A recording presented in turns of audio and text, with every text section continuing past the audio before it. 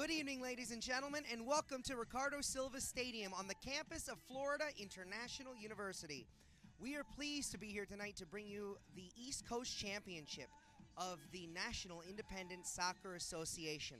My name is Matthew Bunch, and I'm joined by Lee Fens. Lee, we've got two teams competing tonight, the Miami FC and Stumptown Athletic. And Miami FC have 8 titles in the last 3 years. It is the chase, the drive, time for 9.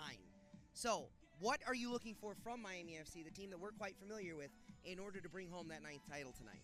I think for Miami FC, it's just business as usual. Sure. I went back and I watched some of the games from this season in NISA and NPSL, and Miami FC just keep the ball really, really well. They dominate possession in every game they play, and as long as they do that, they are favourites here. Stumptown are the underdogs, but not by much. They've shown that they can play. You know, they haven't been in existence for very long, but they've shown they can do a job. But for Miami FC, this is in Miami. They've been here before. They've won 8 trophies, as you said, Matt, before. They just have to get out there and do what they do best. So we've seen Stumptown. Miami FC has played Stumptown twice in this fall NISA showcase, and both games, Stumptown gave Miami FC fits. 2 wins, but tight games. After those matchups, though, it became a little bit of Slumptown. Stumptown grinding out a couple of draws, and it wasn't until their very last game before this game against Atlanta SC, where after kind of a furious last 15-minute comeback, spearheaded by Michael Binns, a key player for that team, they get up a 3-2 victory. Do you look at those results and say, okay, they threw in everything at Miami, didn't get a result, and you'd favor Miami tonight, or do you look at that last game and say that could be a launching point for them? I think you're absolutely right, Matt. I think that could be a launching point for Stumptown. And at the end of the day, this is a cup final. Someone's got to win this game. Yes. So there's been a few ties, a few draws between this team, Stumptown, Miami FC, and Atlanta. Someone's got to win this game by penalty shootout or by extra time today. Stumptown have all the motivation they need. We touched upon this, Matt, last time we were here against Oakland Roots. Teams come here and the pressure is off them, really. Yes. You know, with the underdog tag comes lower expectations, and sometimes that can let a team off the leash. Hey, we can just go out there and do the best we can. But then you get an early goal, something like that, they can come out of that slump quite easily. And yeah, it's a springboard for them, Matt, no question. And They have all the motivation they need. You mentioned the fact this is a cup final, and cup finals have a bit of a reputation of tight play. You usually don't see the best, the highest flying play because teams have nerves. Teams have adrenaline going. There's so many other factors going into it. You also have weather tonight.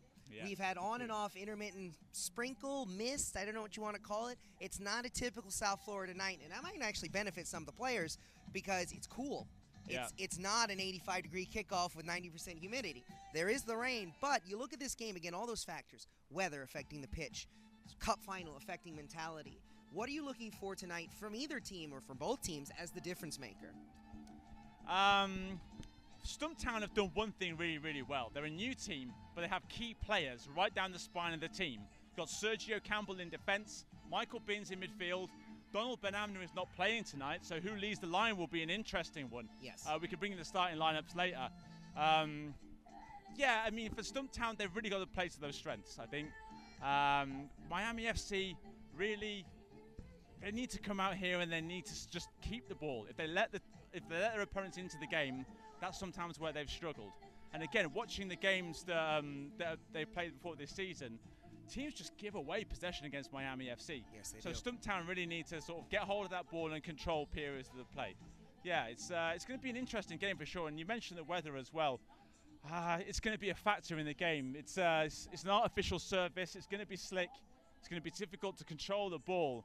But then you take a shot, you take long shots. It's going to bob. It's going to bounce around in that area. It's going to be interesting to see how much of a factor the weather is going to be. Absolutely. Not very South Florida, is it? It is. It has really almost like a San Francisco type feel, kind of like a fog kind of, you know, I'm sure the Oakland Roots might have appreciated that a couple of weeks ago. It's making me feel at home a little bit. But yeah, it's very un-Miami right here, right now. Yes, so if you're familiar with Miami FC and playing at this stadium, there have been a couple of games affected by weather, but that usually required very heavy South Florida-style downpours to really see the quality of the pitch degrade. There is a good quality drainage system here at Ricardo Silva Stadium. Obviously, nothing is perfect, and if you were able to get inches of rain in an hour, more, there would be an issue. But with this kind of rain, it's not going to be that kind of inundation. It's going to be that very light layering of water on the top, which could speed up play, could lead to errors, could lead to goals. So that's something that we're going to want to keep an eye out for here tonight, Lee. Yeah, I think, Matt, just to jump in there, I mean, you mentioned it Sure. might be quite tight. I think both these teams are going to want to put on a bit of a show tonight. I mean, it's the NISA showcase after all, and there's going to be goals. When you play against Miami FC, you know you've got to get 1 or 2 goals to stay in the game. Yes. And not many teams keep Miami FC to a shutout. Miami is going to score. It's whether Stumptown can keep up with them, you know. But you know, maybe we'll be wrong. Maybe the cooler temperatures will slow down the play and chill everyone out a little bit. But no, I'm expecting a full force hammer and tongs cup final here tonight. And I think it's going to be exciting for people watching. I agree. I always have kind of a benchmark with Miami FC. Can Miami get 2 before you get 1? Yes. If Miami gets 2 before you get 1, it's usually curtains. Miami likes to get that early goal. They're very aggressive, and then they're competent enough in defense and strong enough in defense where they sometimes let off. If they don't let off and can get to a 2-0 lead, I think it might be game over. But Stumptown has seen, and we've seen in this NISA championship, 1 goal from Miami FC doesn't necessarily bury you. You just need to stay in the fight, stick to your tactics, keep up the way you're playing, and usually you can maybe get 1. Yeah. So, yeah, definitely. A lot to keep an eye out for tonight. Again, we are just moments away from kickoff now. So be sure to stay with us here on Mike Kuju. We're looking forward to the 90 minutes and maybe even a few minutes more. Could be. We've got to have a winner tonight. We've got to have a decision. There's a cup on the line. There's a playoff spot next year on the line. Very good point. There's a lot to play for, so you're going to want to stay with us. We'll be back in just mere moments with starting lineups and the kickoff of the East Coast Championship of the National Independent Soccer Association. Stay with us.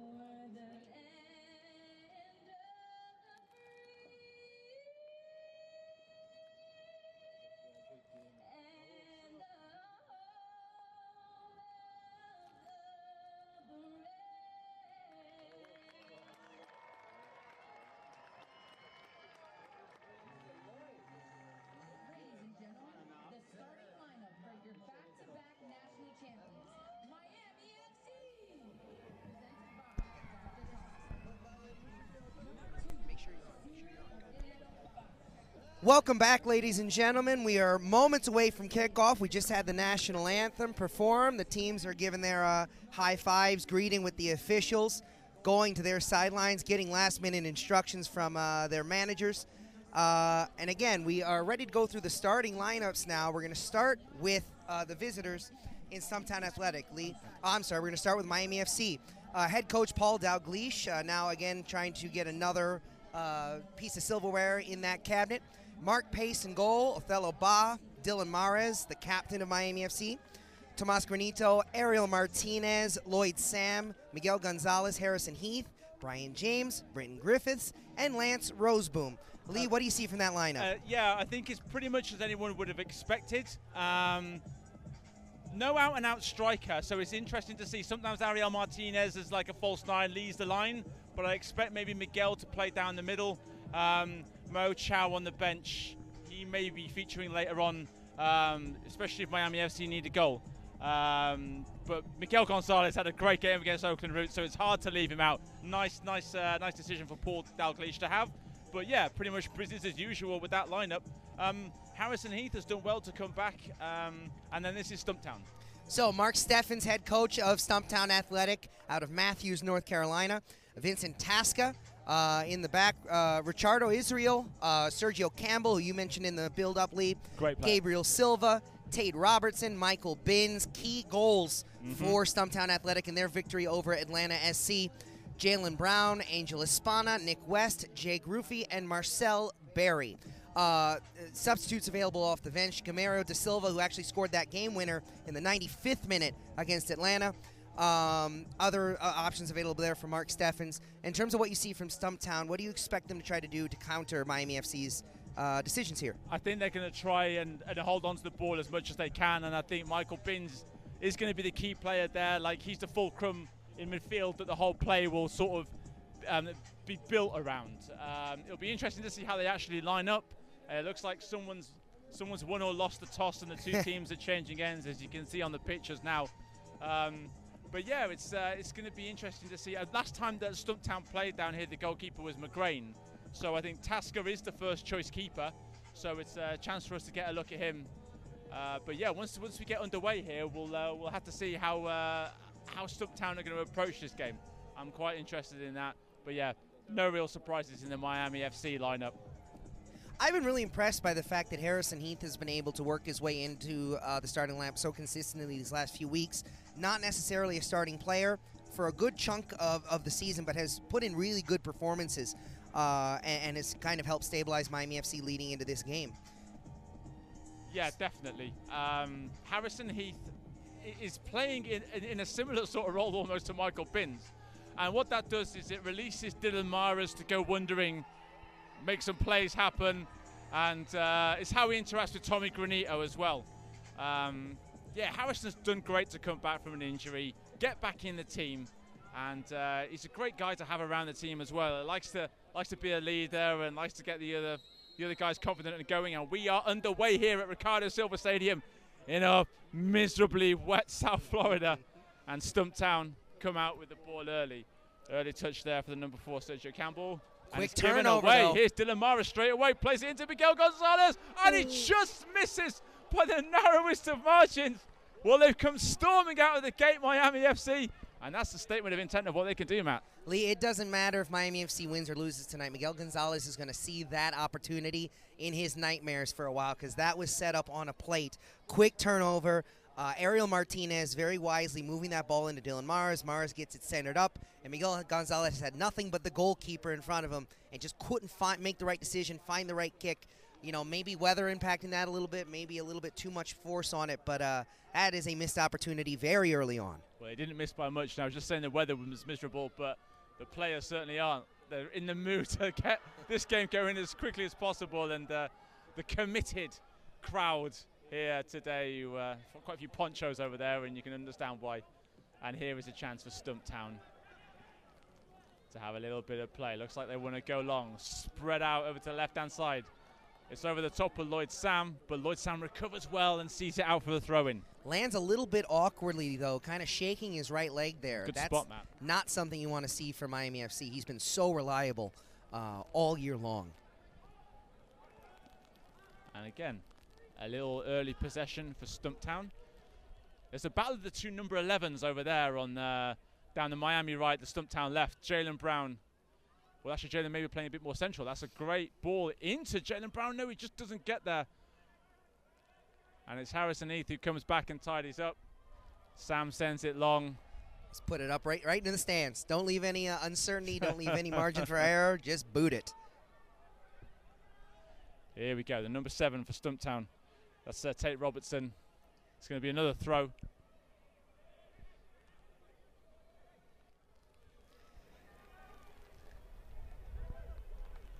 Here we go. Decent long throw. Harrison Heath is there again. And Binns was in the mix, and it's hooked forward again by Heath. And we had an explosive start to the game, and then it's just been throw-ins and the ball in the air and hoofing the ball at each other. Lloyd Sam sends it forward, looking for Miguel Gonzalez. That's dealt with very well by Stumptown. And the number 5 at the back, that's Gabriel Silva. Silva and Campbell, the two centre-backs. Let's go back 3 maybe for Stumptown today.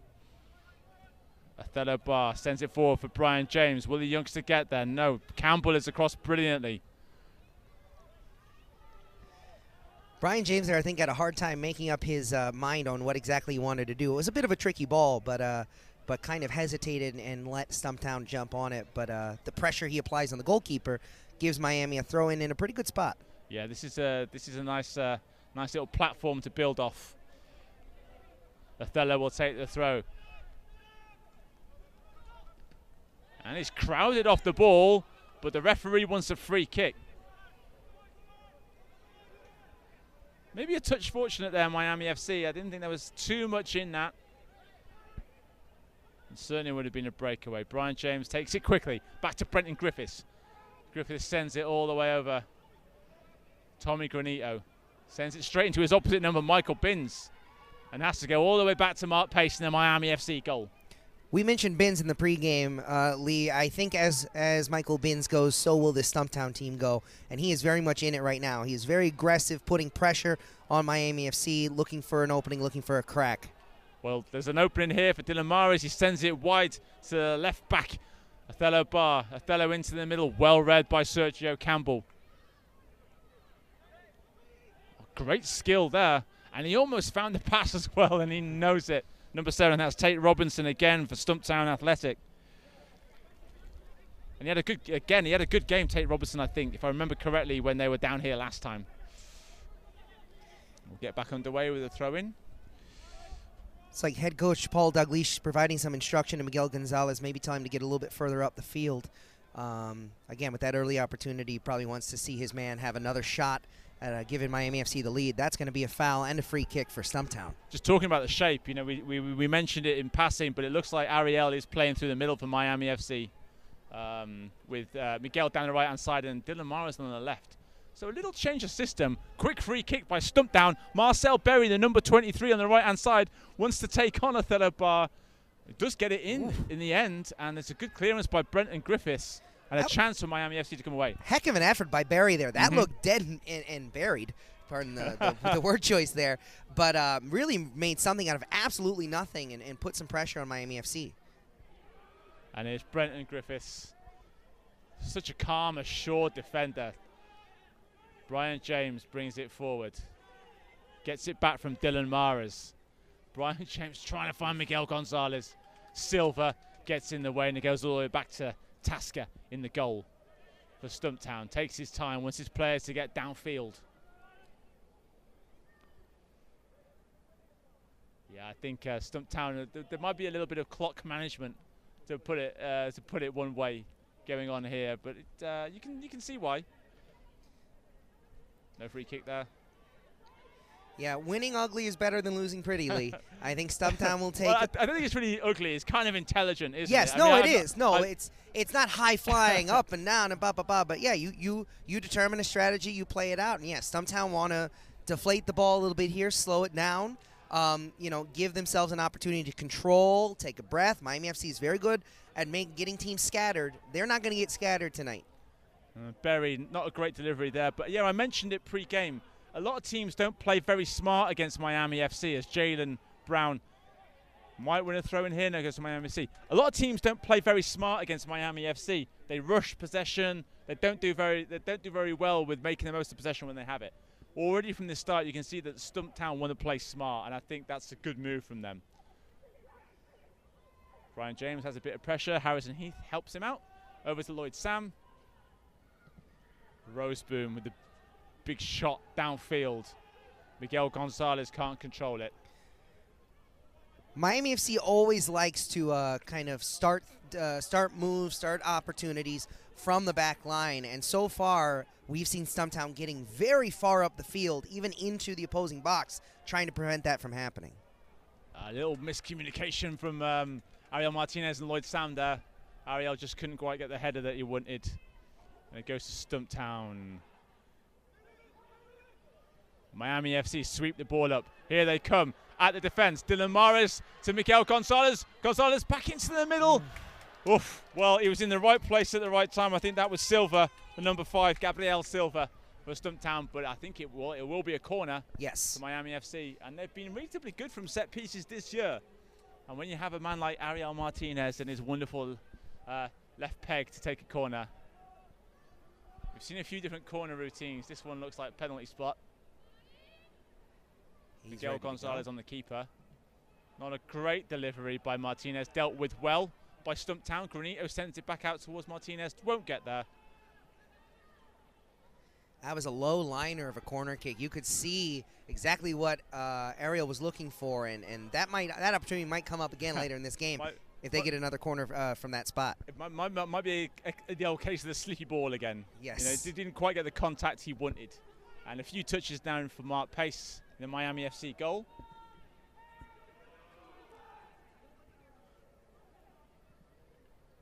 Stumptown. Heath gets a boot on it. Griffiths will have to deal with it.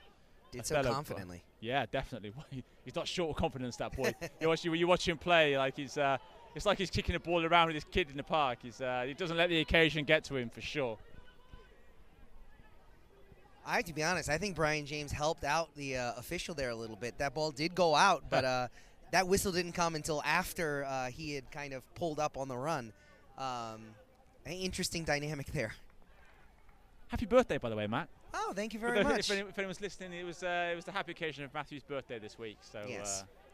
November 6th. What better way to celebrate than a battle of two of the best lower league teams in the United States of America? Quite a gift. For a bit of silverware. A true present. Great tackle by Othello Barr. Martinez will keep that in down the left-hand side. Not a lot of options for him. He's going to have to come back, I think, to Othello. Okay, well, I mean, that was great closing down by Espana. And he probably did take a little nibble out of Ariel Martinez. It's like letting him know that he's there, I think, is the cliche. Yeah, sometimes an early foul like that can be beneficial. You know, just a little bit of a warning shot, and Ariel gets an opportunity to, hop around on it and send a message of his own, and then in a few minutes he'll certainly hit that is not going to be a foul. We sometimes get those little battles that are interesting to watch all evening, and I think Ariel Martinez versus number 14, Mr. Espana, is going to be a nice little subplot to this game. Yes. Angel Josue Espana. And it does look like Stumptown are in a fairly rigid 5-3-2 formation. 5 at the back, 3 in the centre of midfield, and 2 forwards. Which is a fair way to set up, I think, and it's doing them good so far. They've had a little bit of the ball, and they come down the right-hand side here. Berry tries to get back Othello, and that's going to be a free kick. Othello can't believe it, but I think that was the right decision. Yeah, Lee, if you've got the midfielders that can cover the space and close out those passing lanes, to do it with just 3, it could be really beneficial. And it's hard to have a lot of open space at the back if you have 5 men back there. So. Right. A clear strategy here for Stumptown. They're going to try to deny Miami FC scoring opportunities and possession. Great play by Sergio Campbell there. Talk about experience paying off. A long ball downfield. And once again, Brenton Griffiths, the Colossus of Miami. Always in the right place at the right time. Espana moves past Mares. Mares Doesn't let him off the hook, but here comes Stumptown.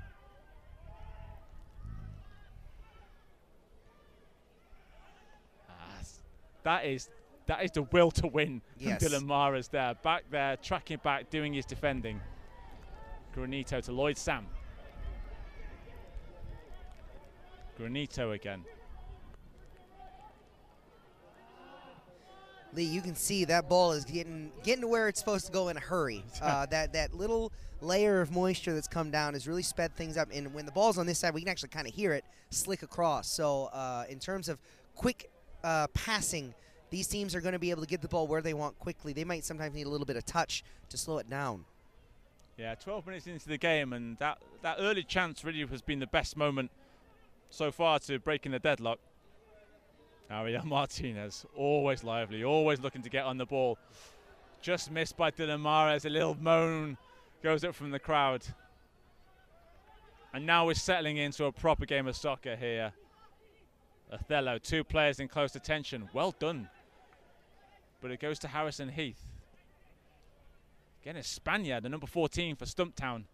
Really up for this occasion.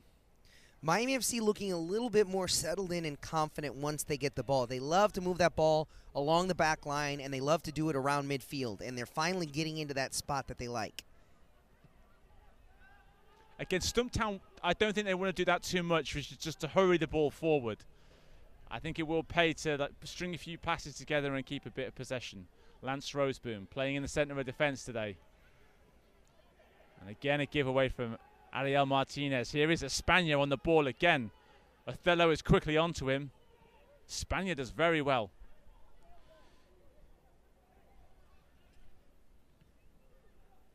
And this is good from Stumptown.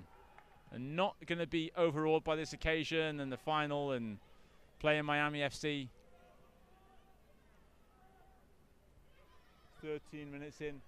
I don't know if you can make out the rain on the pictures, but it is still there. It's coming and going, off and on. Can't make up its mind if it was the rain. It's really hard a quite or soft. Fine mist. We're so fascinated by this, 'cause like you said, it's such un-Miami weather. It's very. The rest of the country who's watching, or those of you around the world, are probably like, "What's the big deal? It's raining. Get over it." But it is it's an unusual style of rain for us. We're used to being inundated. That looked to be offsides, and it was. Aaron Martinez just a little bit sloppy in his positioning. Could have made something on that one, but just a little bit too far back. Great touch on the chest by Ariel, like all technique, but all for nothing. Sergio Campbell will leave it. And again, Stumptown not really in a hurry to get the play restarted, and it's going pretty well for them so far. Lee, we want to let you know that fans can gear up for the season and next season at the official online team store of your Miami FC. Purchase home and away team jerseys, T-shirts, caps, scarves, and a variety of styles and options for men, women, and children. Just go to store.miamifc.com. That's store.miamifc.com. Othello did brilliantly there to keep it in and get it downfield to Miguel Gonzalez. Gonzalez to Brian James. A little bit of skill, can't find a teammate. Robertson, back to Richardo Israel. Israel sends it long forward. A little bit careless, straight into the hands of Mark Pace.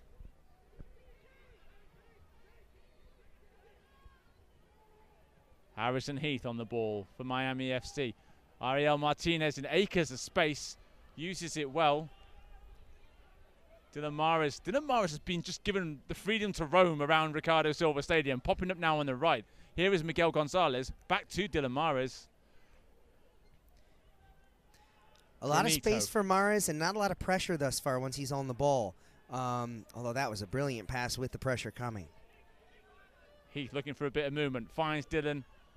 Dylan to Ariel Martinez. Ariel Martinez goes for goal, just misses to the left-hand side. It's one of those things, Matt, that it's kind of a misconception that the best way to deal with a team that likes to pass the ball around and keep the ball is to press them. But that's not always the case, because you start pressing, you get pulled out of shape, and that's when the gaps start to open. And I think they're keeping their discipline in their back line, and there's no need to rush out, send 2-3 people to press the ball. Some situations that works, but this is not the Premier League, and there's a lot of sense in letting the ball come to you rather than going to go and get it. Sure. So yeah, good tactical decision from Stumptown. That And again, there's a long way to go in the game as well. So chase the ball for 60 minutes, you'll be you'll be tired out by the middle of the second half. Yeah, especially considering this is a game that could go 120. Exactly. You don't want to you don't want to run yourself out too much, especially too early.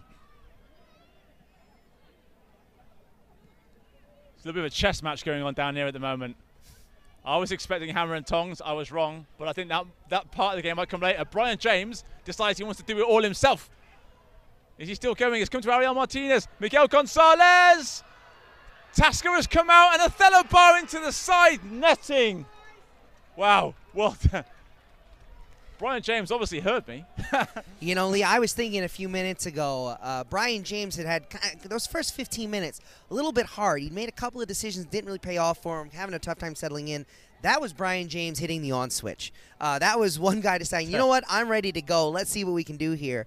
And Othello, it's a tight angle. You can't blame him for putting it in the side netting. You like to see Miami FC now getting a little bit more aggressive, being ready to take this game to Stumptown, because Stumptown has, like you said, a strategic and a tactical plan, and so far they've been deploying it, and so far it's been successful. Miami FC has talent, dripping on talent, dripping on talent. Sometimes they got to let that talent go. Well, here is some of that talent. Miguel Gonzalez into Ariel Martinez. Martinez still has some work to do. Gets the shot on goal, straight down the throat of Tasker. Vincent Tasker in the goal. And an easy gather for him. And again, he'll suck another 15 minutes out this game, and that is his prerogative, and I would probably do the same. You're seeing here, though, these last two moves for Miami FC, a difference. You're seeing a real forward-thinking, getting the ball up the field quickly kind of mindset. Miami FC can play the possession game. They can also play the quick strike game. And you're wondering here if maybe they might be transitioning a little bit into the latter. Yeah, that's a very good point, Matt. It's there's going to be a few acts to this game, a few stanzas, and I feel like we might be about to move into Act 2 here. Dylan Mahrez wanting to take centre stage.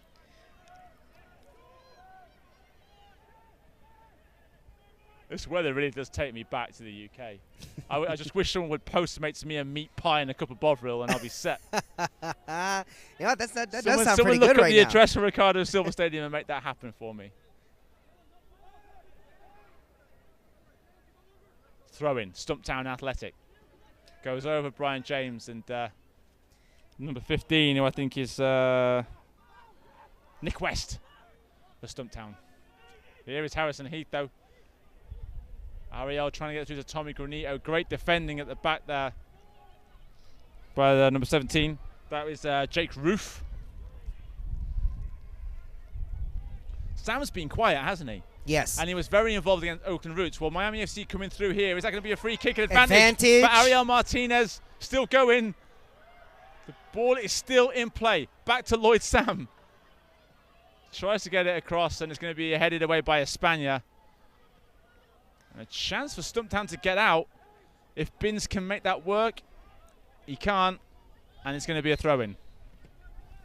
That was another, again, we're seeing three pretty darn good opportunities in the span of about 4 to 5 minutes here. Miami FC, a little bit of a shift up, but you're also seeing Stumptown matching it. They're getting pushed, they're getting tested, and so far it's been all flying colors for them. Well, it's a great advert for the National Independent Soccer Association so far. You want to see two evenly matched teams competing for silverware. And yeah, they had a great chance for a counter-attack there through Binns, and he just couldn't make it happen. Nice touch there. He's been quiet so far, Michael Binns, hasn't he? Yes. Yeah, a couple of plays. 20 minutes in. Couple of plays defensively, but in terms of attack, not much to write home about yet. But as Stumptown fans are well aware, the later the game goes on, the more likely we're going to see something special from Michael Binns.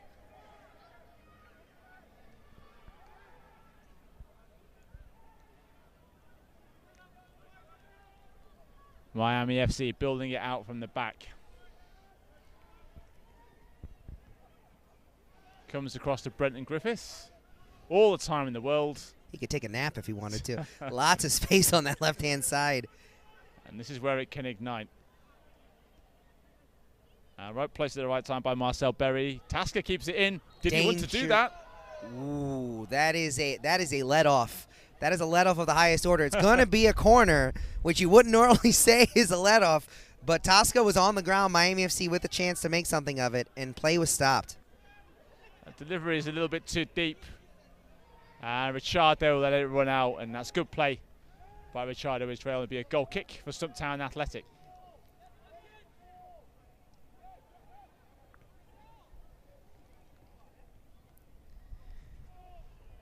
Lee, we're now heading into the 23rd minute here. What are you seeing from Miami FC in terms, we kind of talked about the shift in pace, maybe, the shift in kind of attacking mentality. Do you think that's a winning strategy for them going forward, or what are you looking at from them in basically the next half of the half?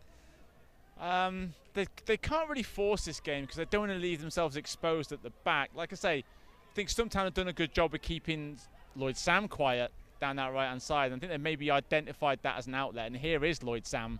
Sends the ball over. Martinez is there, but Sergio Campbell deals with it. I think Stumptown have done a good job of identifying the players they need to keep quiet. And so maybe if there is a plan B for Miami FC, now might be the time to go to it. Maybe play a little bit more through the middle, a bit less down the flanks. Fans, be sure to tune in on Maikuju tomorrow at 7 p.m. Eastern Time for the National Independent Soccer Association West Coast Championship. It's Cal United versus LA Force at Championship Stadium in Orange County, California. That's going to be an excellent game. Looking forward to that one. Again, not only is there silverware on the line, but a playoff spot. Good work there by Othello Bar. Yeah, man, that's going to be a good game. Cal United strikers have been the team to beat out there, but LA Force have really sort of gone about their business quietly and confidently and successfully. And, you know, Oakland Roots obviously doing a lot right on and off the pitch. A lot of buzz around the San Diego 1904 team as well. And LA Force just came in, got the job done, and they're in the playoff final. I can't wait to check that one out. Always a quality stream from our friends TVE Max over on the West Coast. Yes.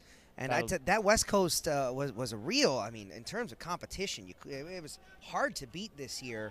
That's going to be out of play and will wind up being a goal kick. But, yeah, just in terms of Oakland Roots having such a tough time getting wins, but putting it to Cal United whenever they got a chance to play them, really testing them. Even the bottom of the table was putting it to the very top. That's what you want out of a good quality competition, is every night you go into a match, you don't know what you're going to get.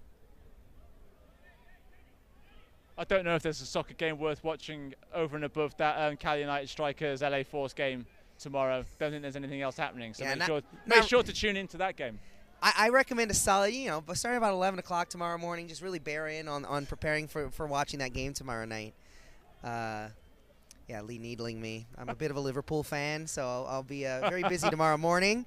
Clear enough time for my schedule to enjoy the game. It'll be a soccer-filled morning and evening tomorrow. It'll be a great day. Actually, I can't wait to watch that game. That wasn't the game I was talking about. The league whose name I shall not mention. No, I'll be back. LA Force versus Cal United Strikers is the game I'm most interested in. Yes. Watching tomorrow. And then a close second, Liverpool Man City. Roseboom on the ball for Miami FC. Back to the task in hand. Great ball for Lloyd Sam. Lloyd Sam is in behind the defence. It almost came to Miguel Gonzalez. Othello tries to get it through to Gonzalez, and safety first, hacks away. But another great reading of the game by Brenton Griffiths. I tell you what there, Lee. We'll wait for this build-up here to see if something happens.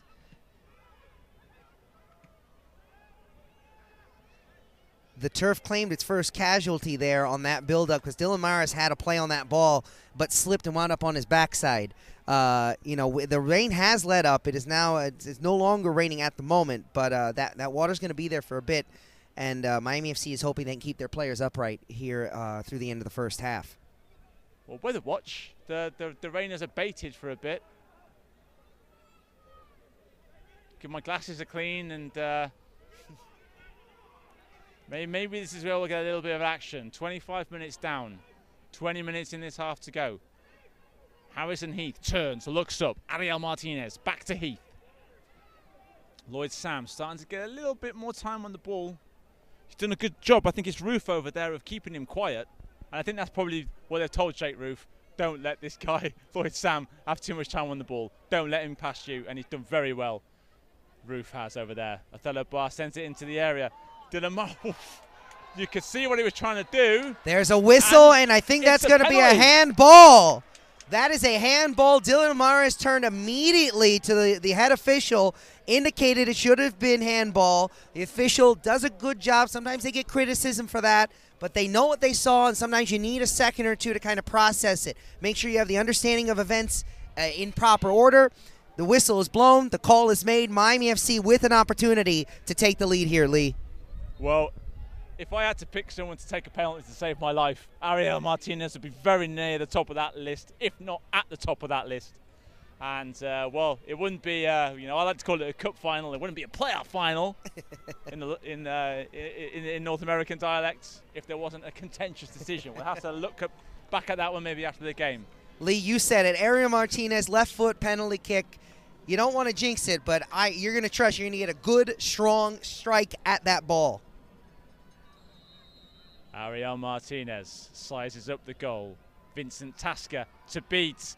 And he sends it calmly and confidently into the bottom corner. As cool as you like.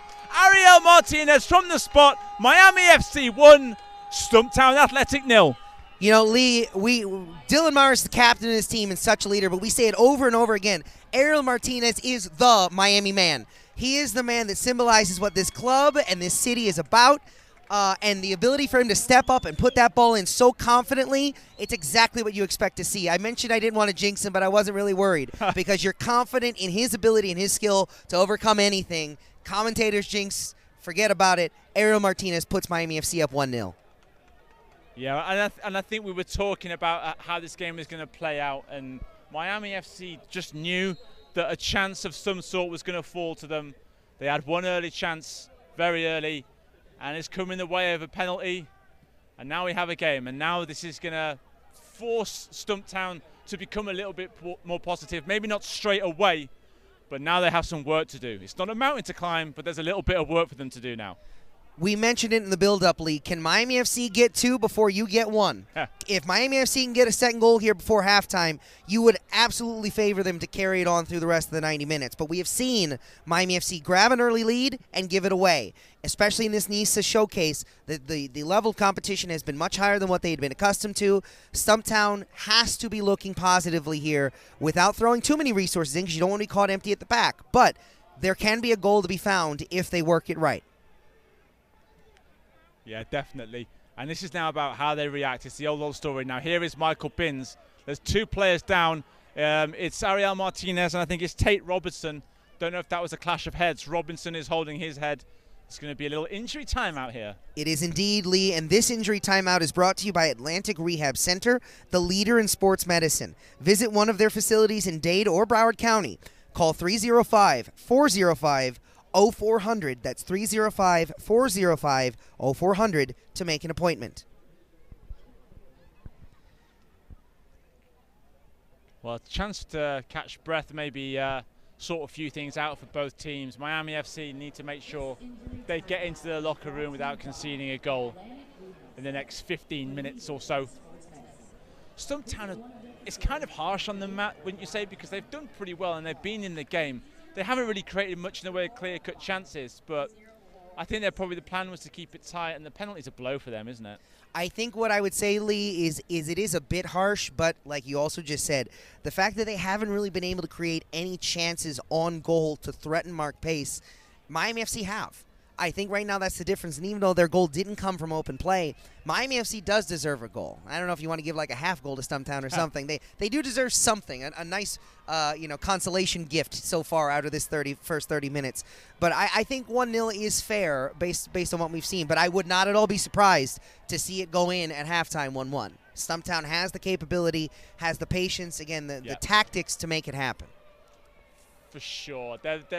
They're a good side. They play good soccer, and a chance will come their way as well sooner or later. Ariel Martinez has come over to the sideline. I don't know if he's been told he has to come off the field before he can go back on.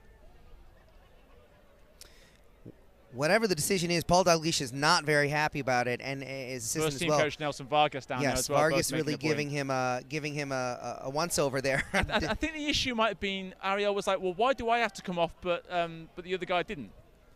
Well, a long ball into the area, and they want a penalty themselves, Stumptown too. And she points to the spot referee, Natalie Simon, and we have another penalty at Ricardo Silva Stadium. And a chance straight away for Stumptown Athletic to equalise. Lee, I mentioned the fact that after that first handball decision, the head official took her time before making a call. That was much longer in terms of making the decision there. That was a good 2 or 3 seconds before that whistle. You had the Miami FC defender hit the ground. That was Lance Roseboom hitting the ground and falling on the ball, really. And the official saying that as he fell on the ball, contact was made with the hand or the arm. And Stumptown, like you just said, a chance to make it 1-1. We talked about an unfair kind of break for them. They may be getting a break back in their own direction. Well, Natalie Simon had a perfect view of it, so if she says it's a penalty, I'm inclined to agree with her. The penalty-taking duties go to number 8, Michael Binns, experienced Jamaican international against Mark Pace in the Miami FC goal. Binns steps up and sends it wide. He's missed it. He went to place it, almost the same as Ariel Martinez, put a bit too much spin on it, and he's missed a penalty.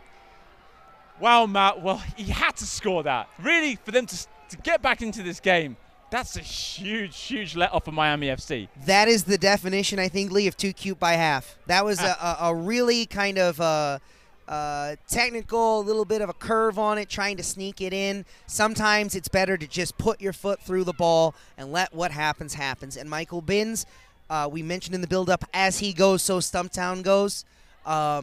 If that's any indication, not what you want to see heading into the end of this first half for the men out of Matthews. Speaking of too cute, my second birthday shout-out of the night is for my wife. It was her birthday yesterday. Aww. So she's at the game today. She's always a good luck charm. I don't think she's seen Miami FC lose, so maybe that one will play out again tonight. Maybe there was a little bit of that birthday look around that penalty, and that's an improvised headed pass back to Mark Pace almost by Othello. Well, 1-0, 33 minutes gone. Tale of 2 penalties, really, wasn't it? Yeah, this game woke up quick. It was a little bit, I don't want to say sleepy because it was very well contested, but in terms of having a lot of opportunities, weren't really seeing them. Last few minutes, though, good morning. A lot of chances between these two teams and 2 penalty shots. Great effort, but safe hands by Mark Pace. I mean, you wouldn't hit the target from that distance for sure. And, yeah, it's almost since the rain has stopped, the quality of the game has gone up a notch here. And I can see a bit more clearly. And I think some of the players are connecting their passes a little bit more clearly. And that is a hoof downfield. Here it might be a chance as there's a bit of a turnover for Miami FC and Stumptown with a little bit of momentum. They were just a bit lackadaisical moving that ball into a dangerous position, Stumptown. When they get the possession, they need to move the ball out to the wing that they have done now for Marcel Berry, taking on James. Can he get past him? He does get a crossover. 2 players in the area. And just over Roof, who's ventured forward. And great hustle by Roof, the number 17 for Stumptown Athletic. Missed the header, but made sure that the counter-attack didn't develop. It's hard to climb Mount Roseboom. Lance Roseboom there in the box, defending, being an obstruction in terms of defending those crosses. That's the man you want to see there to make life difficult for any possible attackers who'd want to put their head on the ball. Quick throw in, and Stumptown here again trying to get another opportunity. This is what I'm talking about. They need to move this ball a little bit quicker. It's a little too slow for me. But then again, I'm a commentator, not a coach. What do I know? Robertson sends, that's a great ball all the way over. Taking on Lloyd Sam. Granito is there. I think, was that Roof? That's his position. Yeah, unlucky. Yes.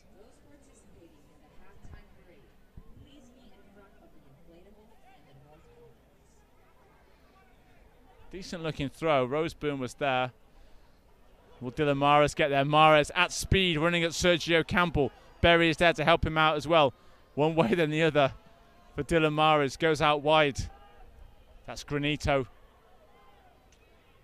Well, Tommy Granito.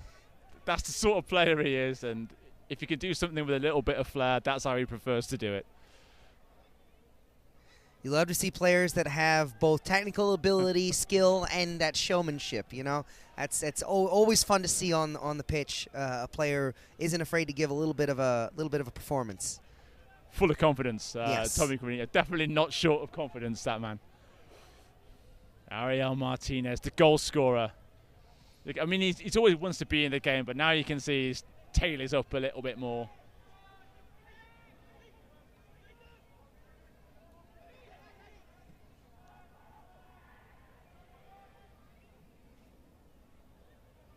Coming forward. Ooh, not quite right. I think that was Miguel Gonzalez. Just didn't get that layoff right, but Othello Parr snaffles at the ball. It might have taken a little... I believe it did take a deflection. It should be a corner, yes. Corner kick for Miami FC. It'll be a corner over here in the near corner for Miami FC. Looking to get that second goal. We have about 10 minutes until halftime. So Miami FC would love, especially after the let-off of that missed penalty kick, to be able to go up a 2-0 lead. Should be perfect timing for my meat and potato pie arriving from Uber Eats. Corner kick, Dylan Mahrez. He's got the short option is Ariel Martinez. The players are all crowded around Vincent Tasca. Natalie Simon's got her eye on it, and it's in! The corner goes over, and I'm trying to see who got the last touch on it. I think it is Miguel Gonzalez, isn't it? I believe so, Lee. It looked to be. Man, that was one heck of a corner. That was a great goal, but a great corner kick to provide the opportunity. Miami FC a 2-0 lead now, and it's much harder sledding for Stumptown from here on out. That missed penalty, Matt. I mean, that's going to come back to haunt Stumptown really badly now. Great corner by Dylan Mahrez, and it's just he literally just had to touch it with his head towards the goal, and it was in the back of the net. And it's 2-0. Got a replay up on the screen here. Yes, the easiest goal he'll ever score. Back underway here, Sergio Campbell sends it forward. Roseboom is underneath it. Flicks it out to Lloyd Sam.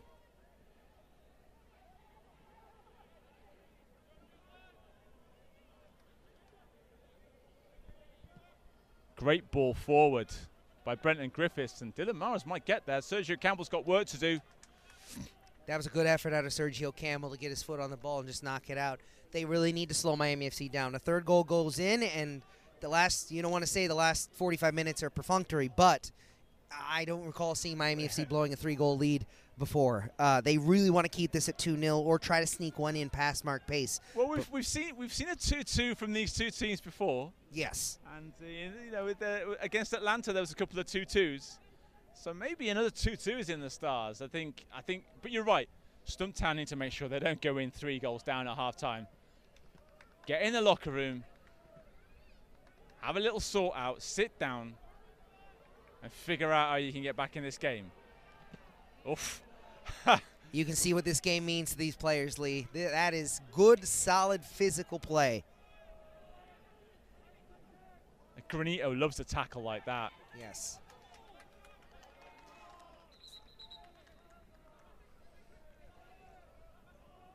The referee making sure Othello Parr takes the throw in from the required spot. Brian James to Harrison Heath. Granito. And this is all Miami FC need to do right now. It's our stadium, our 2-goal lead, our ball. If you want it, you're going to have to come and take it off us.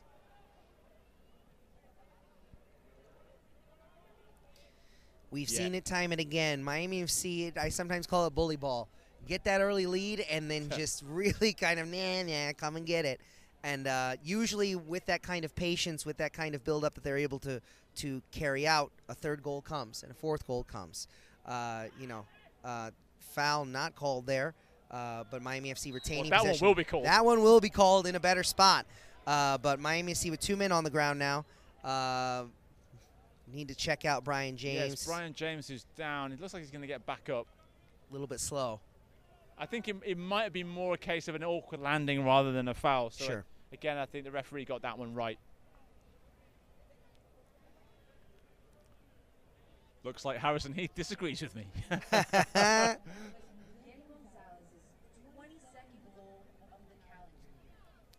Oh, there we go. A little statistic from our friends on the PA.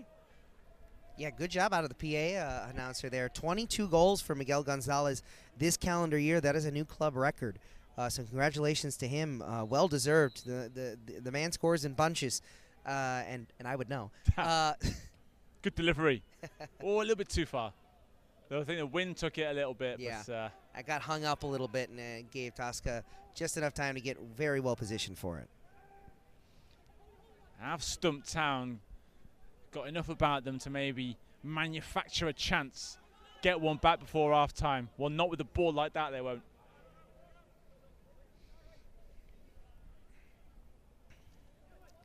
Jalen Markey just really putting in such a solid shift for Miami FC, as he usually does. Just confident, guiding that ball out of play. You love to see that out of your defenders. Do you mean Othello Bar? I'm sorry, did I say yes? I apologize. It's just my brain is scrambled. We need to make sure we put the right respect on the right name. Yes, of course. He's done a very good job today. I think Jalen might have an injury because he's not featured in the last few games, and I think that might be the case there. I don't think he's among the substitutes today either. Yeah, no. Yeah, I just sometimes your brain shuts down, and that's what happened there. My apologies to Othello. It's live broadcasting. It happens to everyone. Here we go with Stumptown Athletic moving into the Miami FC final third, and that's a giveaway. And it comes to Ariel Martinez. Quite fancies having a few more Stumptown defenders for breakfast, and then goes back to Heath. It's a bit too easy for Miami FC right now, and I'm not sure what the answer is for Stumptown, but I think also trying to get in, as we say, without conceding another goal is the key. Ariel Martinez to Harrison Heath. Heath a little bit further forward than we've seen him so far tonight. Maybe he can smell a little blood himself. Stumptown players on the ball have been solid. They've had a good ability to find open space for themselves. It's the passing. They're having such a hard time finding their teammates in the Miami FC end, stringing together enough passes to really make life difficult. Really, the only success they've had is down the right-hand side and trying to send the ball in with a cross. But Miami FC is generally pretty darn good at defending on crossing attempts. So if that's your plan, it's not necessarily going to work out very well. Yeah, number 23 for Stumptown, Marcel Berry, has probably been the most dangerous outlet. And considering he is the right back in a five-man defence, that's a little bit of a worrying fact for Stumptown. But when he's got beyond James down that right-hand side, he has put some quality balls in. But they just need a little spark. And if talk about sparks, here's Dylan Maras. Sends it out to Othello Bar. Good cross by Othello Bar. Lloyd Sam at the far post. And the vet. It's the vet. Lloyd Sam makes it 3-0 for Miami FC with 44 minutes gone. Lloyd Sam, Miami FC 3, Stumptown Athletic 0. Talk about putting respect on Othello Bar's name, Lee. That was as good of a goal it was for Lloyd Sam, and the veteran deserves it. Lloyd just had to run into that ball, basically. It was really hard to mess that one up. That was a brilliant cross by Othello Ba. Miami FC up 3-0 before halftime. And as we said, once they get to 2, they tend to get to 3. And once they get to 3, they tend to get to 4. They like momentum. They are a runner. Once they get going, they usually keep going. And Miami FC now heading into half has to be looking at opportunities to expand that lead and finish this season with a true bang. What I love about Lloyd Sam is that, I like to put it as one of the more experienced players on the team. He's still out there enjoying his football. He's like busting a gut to get in the area to get on the cross. Scores the goal, all smiles, high fives everyone on the bench. And it's like you can't take away that joy of playing the game. But what a cross by Othello Bar. Othello was the architect there. And it's 3-0. Yeah, you look at Lloyd Sam, he seems to do everything well. And coaches... And I said that he's been quiet in this game and they've done a good job of keeping him quiet. Someone didn't track that run. Yes. And they've been punished for it. And that's the mark of a veteran player, is knowing that a team is going after you, trying to obstruct you. Okay, stay with it. Keep doing what you do, because I know what I'm capable of doing, and I know that they're going to drop their defenses for a moment, and I'm going to make them pay. Stumptown need to get their heads back in the game here. Othello Bar on the ball again. Step over into Brian James. Othello gets it back. Goes down. No real danger of a penalty there. Still with Miami FC. The box of tricks is coming out from all the players now. Othello hangs it over again. Tasker makes sure with that one, dives on the ball.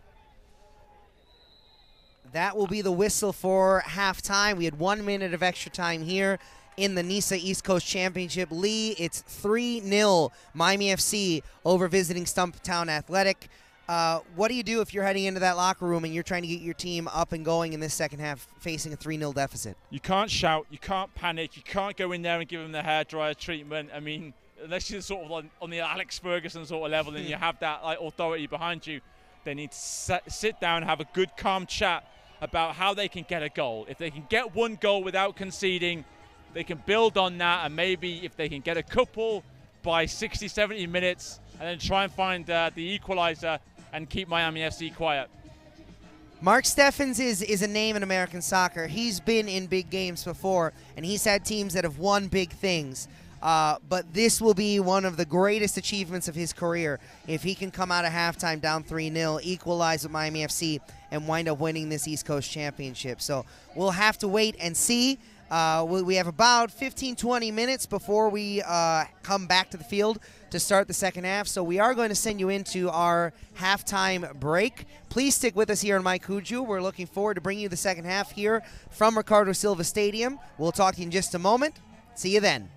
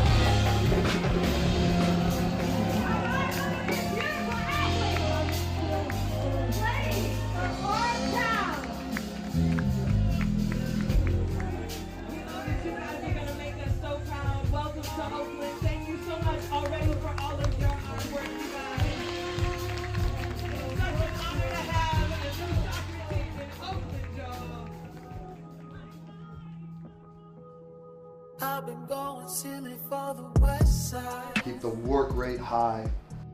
Most importantly, enjoy the night, right? Enjoy the night. We celebrate with our fans, all goals, win, lose, or draw, we celebrate with our fans. Come on, it's for real now.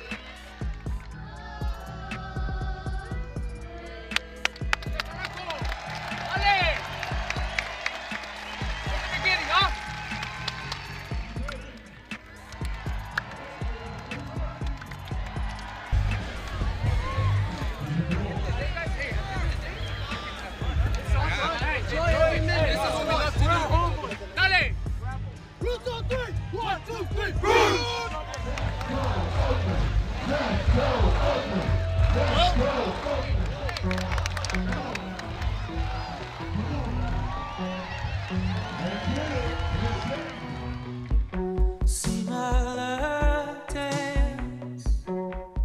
She said,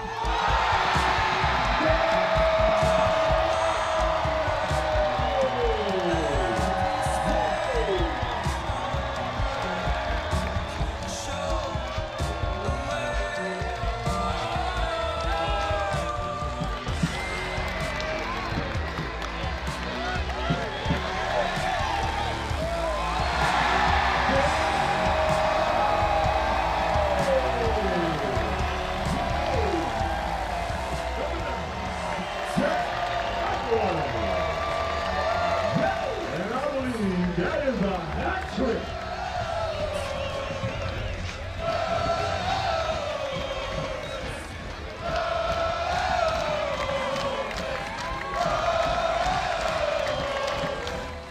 Hey, boys, keep going, all right? Come on. Keep going, we don't let up. Come on. We don't let up.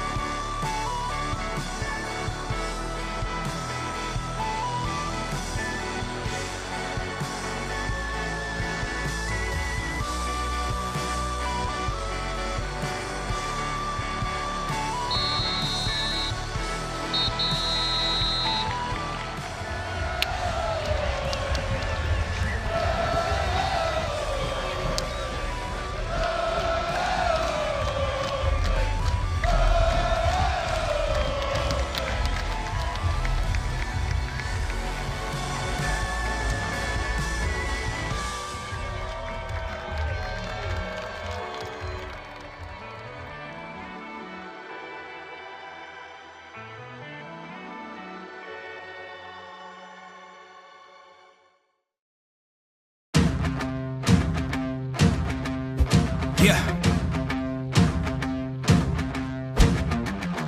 Hey.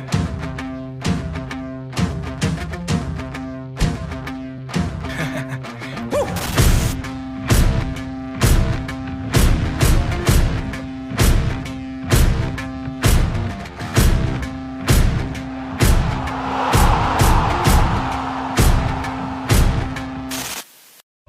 Thought you was good, huh? Take you out back, Drake through the woods, huh? Thought I was weak, huh? You ain't see the work I put in all week, huh? Give me that, where the city at? Nitty gritty, this ain't gonna be pretty, Jack. Not afraid, get up out the way. Y'all used to, hey, look at what you made. When it all goes down, I'ma run this town.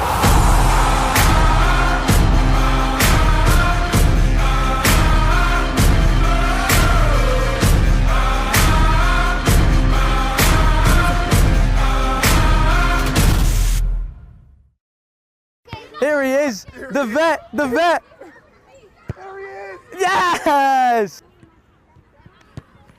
Hey, let's go, boys. Come on, let's go. Vamos, vamos. Find a pass. Remember, hey, let's find a pass. Here we go. You look how many options you have. I mean, we're coaching, we're academy. It's been so far a great experience, definitely. I mean, we all love to, share some time with the kids, and they have a great energy, and they love football. That's the most important thing, they love football. Good, here we go. Párala. Woo! Wow, palo! Winning, you or Dario? I'm winning. I'm always winning.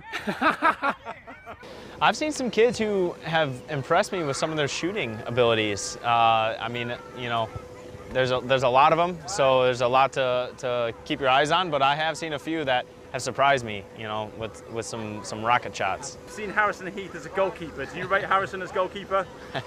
Do I rate him? Yeah. Yeah, I would say he's on the lower spectrum. No, he's terrible. I'd say he's on the lower spectrum. You know, more so 1, 2. Saw 1 or 2 good saves out of 20. So. You lean back, it goes up. When you get over the ball, it stays down. Just a simple shooting drill, really, to make sure the boys are staying over the ball. A lot of them only want to use their good foot, so it's good to try and keep them on their weaker foot to practice. Did you come out of an academy, Harrison? I did, yeah, Norwich City Academy. So obviously you learn all the fundamentals very early, and that's what we're trying to do with these boys here. And there's a lot of talent by the looks of things. Academies are important. I came out of an academy. We need to keep the players coming through. So it's always good whenever we can come out and the kids can see some of the players in the first team that they're trying to be one day. I'm enjoying my time in Miami. I want another trophy though. That's the priority right now. Alemano, gracias por venir, eh? Gran jugado, amazing. Come here, let's go. Come on, come with me. You did amazing today.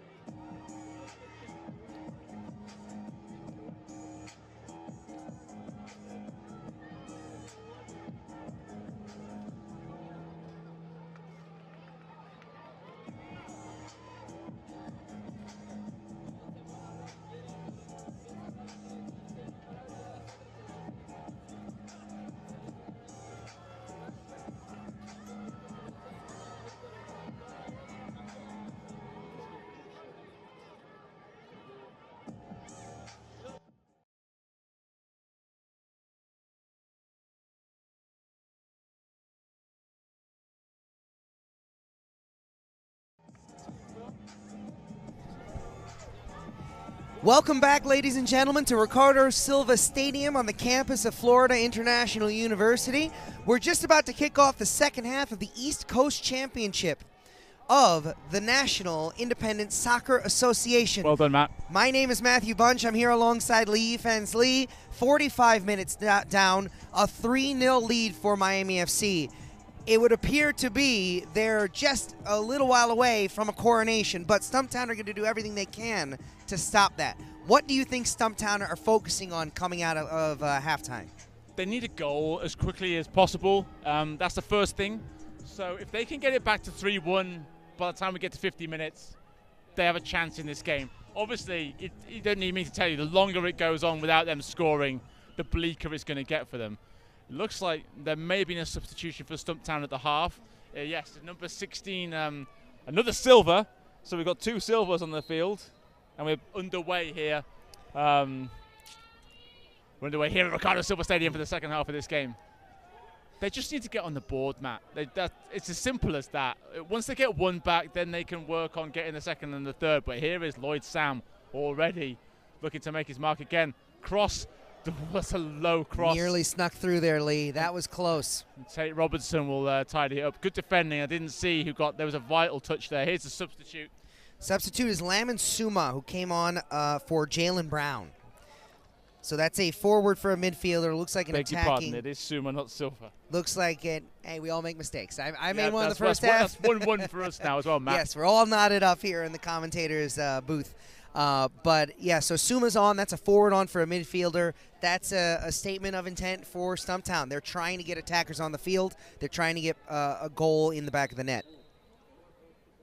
Whoa, the referee, is that Othello Bar who's down? Othello Bar, no contact. Something falling to the ground. That's the worst case scenario you see for an athlete. And Franco has already got his windbreaker off, running over to get his jersey. This looks like the end of Othello Bar's night. And that is such a shame for Othello because he's had a cracking first half. That's unfortunate. Great assist on the Lloyd Sam goal. And this looks pretty terminal. We do want to let you know that this injury timeout is brought to you by Atlantic Rehab Center, the leader in sports medicine. Visit one of their facilities in Dade or Broward County. Call 305-405-0400 to make an appointment. We also want to let you know that the Miami FC Youth Academy tryouts are coming soon. It's open to all kids ages 4 to 17. It's your chance to join the official Miami FC Youth Academy and develop your skills while learning the game from top-level coaches in the area. Go to MiamiFC.com or call 1-844-MIAMI-FC for additional information on tryouts. Vamos, Miami. We saw some of the Youth Academy kids out on the field. There's a bit of a halftime parade with youth organizations from throughout South Florida. Always good to see the club engaging the youth soccer movement here in South Florida. And it will be Franco on for Othello Ba. Othello looks gutted. He looks absolutely gutted to be coming off because he knew he was playing well. And it just, that's part of the game. Sometimes a muscle, especially after the half time, a bit of lactic acid will build up somewhere and pop, something's gone. But Marco Franco, another one who's come back from injury, did very, very well in the last game. Maybe even a touch unlucky not to start this game. And he will come on and we will have a corner to be delivered by the Magic City Mago, Ariel Martinez. Assistant steps out of the way, referee blows her whistle. Ariel Martinez, one hand in the air, little bit of barging around in the box, and the delivery was a bit too long and harmlessly out of play.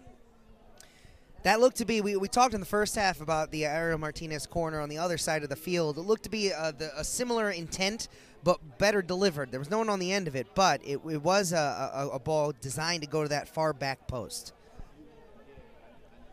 Here is Stumptown. Now, what can they get going now in this second half? Is there going to be a change of shape, a change of approach? Lloyd Sam just kind of puts his foot through the ball again, gets it out of play, throwing for Stumptown.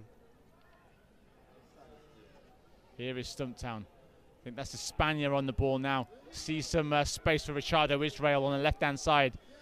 Israel takes on Granito and drifts past him, goes for goal. Not a bad effort, but also not on target. But that's a little bit more positive from Stumptown. I think that's what they need to do. Yeah, sometimes you just need a little bit of a shock to the system, right? Sometimes you just need a a big hit and it can work out well for you. And if it doesn't, lets everyone know, hey, maybe you guys should be taking the big shot instead of me, and maybe you're more likely to connect. So, again, you need a goal somewhere. You probably need a moment of magic, a moment of unexpected brilliance. Yeah, put your foot on it and see what happens. Throw in. I have another shout out, and this one's for Ethan. I checked the chat on my Kuju at halftime, and Ethan wished my wife a happy birthday. So, Ethan, thank you for getting involved on my Kuju. My Kuju is a great platform for getting games like this out there, so thank you for watching. Yeah. Ethan and to Flora, two of you. Saw you in the chat. Appreciate it. Back underway here. Here is the substitute Suma. Sends it back for Israel, and it will come to Marco Franco. Touch on the ball for him, and out of play again.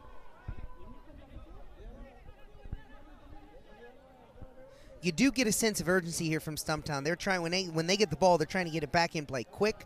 They're trying to move the ball quick. Again, it's kind of the only way to be in the position they're in. They've got to make something happen, but you do have to wonder if that might open things up for Miami FC. Granito sends it early into the area, but there's no one following it in. Well, they have to be urgent, don't they, Matt? I mean, there's no alternative. Yeah. I mean, they can. I guess you could try and say, well, let's just keep it 3-0, get out of here and go home and think about 2020. But soccer players, soccer coaches, soccer teams aren't like that. Ariel Martinez has a bit of space to. That was great play by Silva at the back. That's Roof taking care of business there, and he does get the ball back. He's got a bit of movement in front of him. Plays it into Brian James, but will get a throw-in out of it.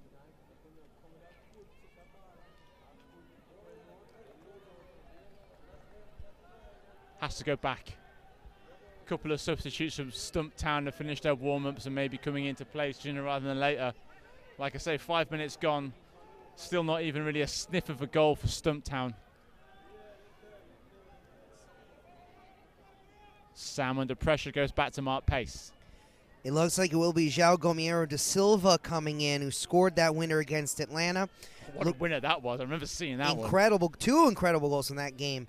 And that one was quite a finish. And it'll be Drew Yates as well, who are now standing next to the fourth official, kind of talking about what they plan on doing once they see the field. Granito, the El Salvadorian, plays it inside for Dylan Mares. Dylan Mares has got a new captain's armband, which I know is not necessarily a particularly interesting detail, but I wonder if there's a little story there, whether it's some sort of special championship final. That would be my guess, Lee, because I see it's red, and that's a big a color in NISA's. Who's the skipper for Stumptown? I'm trying to see if maybe they're both the same. It'd be Sergio Campbell, as it appears on the lineup. Yeah, he might have that on the arm that's like facing away from me, so I can't quite see. Maybe we can get a look at Dylan's armband at full time.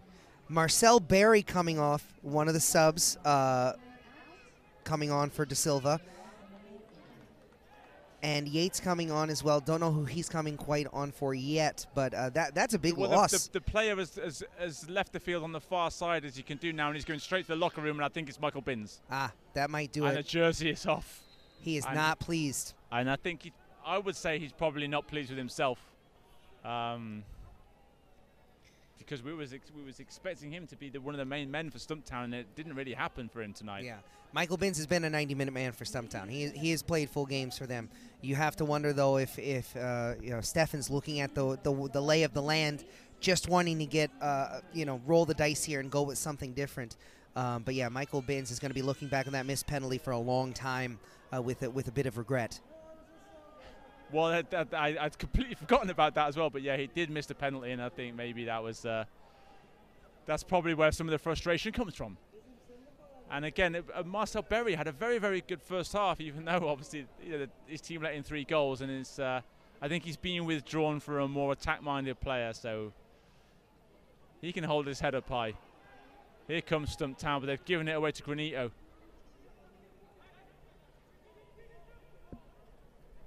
Stumptown goes to the back. Here's Sergio Campbell. Silva back to Campbell. Pushing the full-backs wide and forward now. Number 12, I think, is one of the substitutes. Couple of touches for him already. Drew Yates. Yeah, that's Drew Yates. Nice little run as soon as he came on with a nice pass along with it. Oh, turnover, though. Ooh, no free kick there. I think maybe there was no intent there, certainly. Yeah, both the head official and the side official there had a good look at it, and both decided to not blow play dead. You have to figure that's a good call. Oh, he's done Lloyd Sam. Clever. He's got a couple of options in the area, and that's not a bad cross. Suma at the far post. Mark Pace fills that goal. Huge, brilliant goalkeeper. And it's easy gather for him. Might have a bit of a bruise on that hip of his tomorrow, because he hit the side post pretty hard closing that out, but an excellent job. Mark Pace not really tested much so far. Really, the biggest test was the penalty, and he didn't have to do much in order to yeah, in order to stop do it. anything. Yeah. Yeah, I was given the task to try and find some Miami FC saves from this season, and it wasn't an easy job. Mark Pace is probably more involved in distribution, like when the ball goes back to him, really, than saving the ball, but reliable when called upon. Miami FC. Lloyd Sam to Harrison Heath. Roseboom.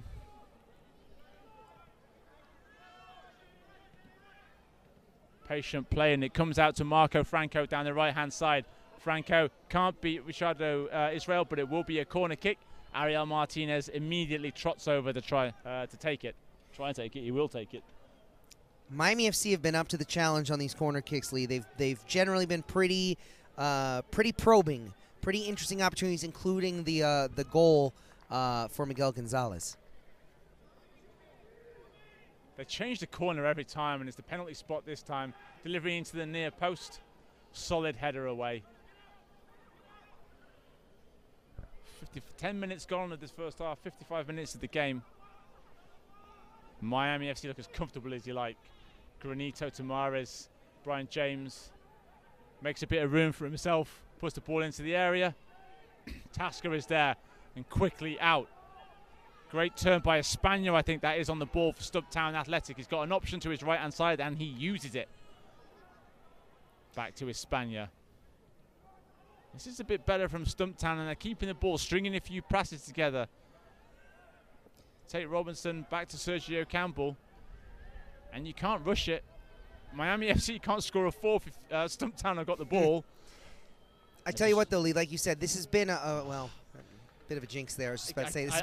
Even I let out a side there, and I think I mean, you have possession and to give it away like that. Sorry to interrupt you there, No, Matt. of course, but for as good as that bit of play was, Miami FC doing a great job of bending and not breaking. And we'll see if I jinx Miami FC now by saying that. But in terms of, yes, there's space, and Stumptown are taking advantage of it, but Harrison Heath in particular doing a really good job of moving himself around and pointing and calling and communicating in order to put people in good spots on that left-hand side of the Miami FC defense. That's one of the most important things he brings to the team, Matt, and it's an important part of the game. You can't just go out there and play soccer like mute. You need the people who are going to organise things, and he's playing in the centre midfield and having a great night, the number 16 for Miami FC, Harrison Heath.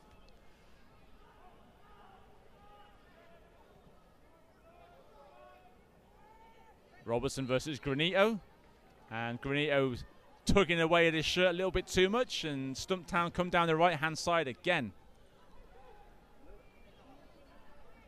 Drew Yates, number 12, on the ball. Has to go back to his centre-back, Campbell. Campbell sends it out wide, looking for Richardo Israel. Franco's onto him quickly.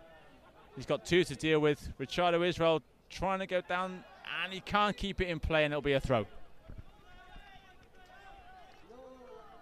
Looks like a whole fleet of Miami FC players heading down to that far corner, Lee, getting their warm-ups in. So you have to wonder if some subs will be coming on for Paul Dalglish within the next 5, 10, 15 minutes. I would expect to see out of that lot down there, I think Chow will make it onto the field. I think probably Sean Chin always finds a way to get on the field as well. Might be a little bit harder for Callum, I think, to get on. The defence has looked pretty tidy tonight. Franco's already come on. Does look like Miami FC captain Dylan Mahrez was kind of working out his left hamstring, his left leg there in between the throw-in. That's a player you want to see in tip-top shape, so any sort of inhibition on his ability to play, that would certainly benefit Stumptown. And also Dario Suarez on the bench. And you think 3-0 down, you've had a pretty torrid night, an hour has gone, and they have to bring on Dario Suarez to torment you. Brenton Griffiths, well, he's wide awake. Yes. And that was a great challenge, but it's still Stumptown ball. Richardo Israel hangs it into the area. And number 12 can't get on the end of that one. Drew Yates, the substitute. Yeah, the two substitutes playing a lot more positively in the centre there.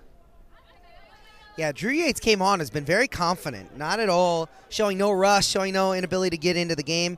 Here he is right, that was actually, substitute. Yeah, that is the substitute, De Silva in there, but Yates as well has been, right there he is, very confident in getting settled in, and again, it shows in Stumptown's ability to move the ball around a little bit better.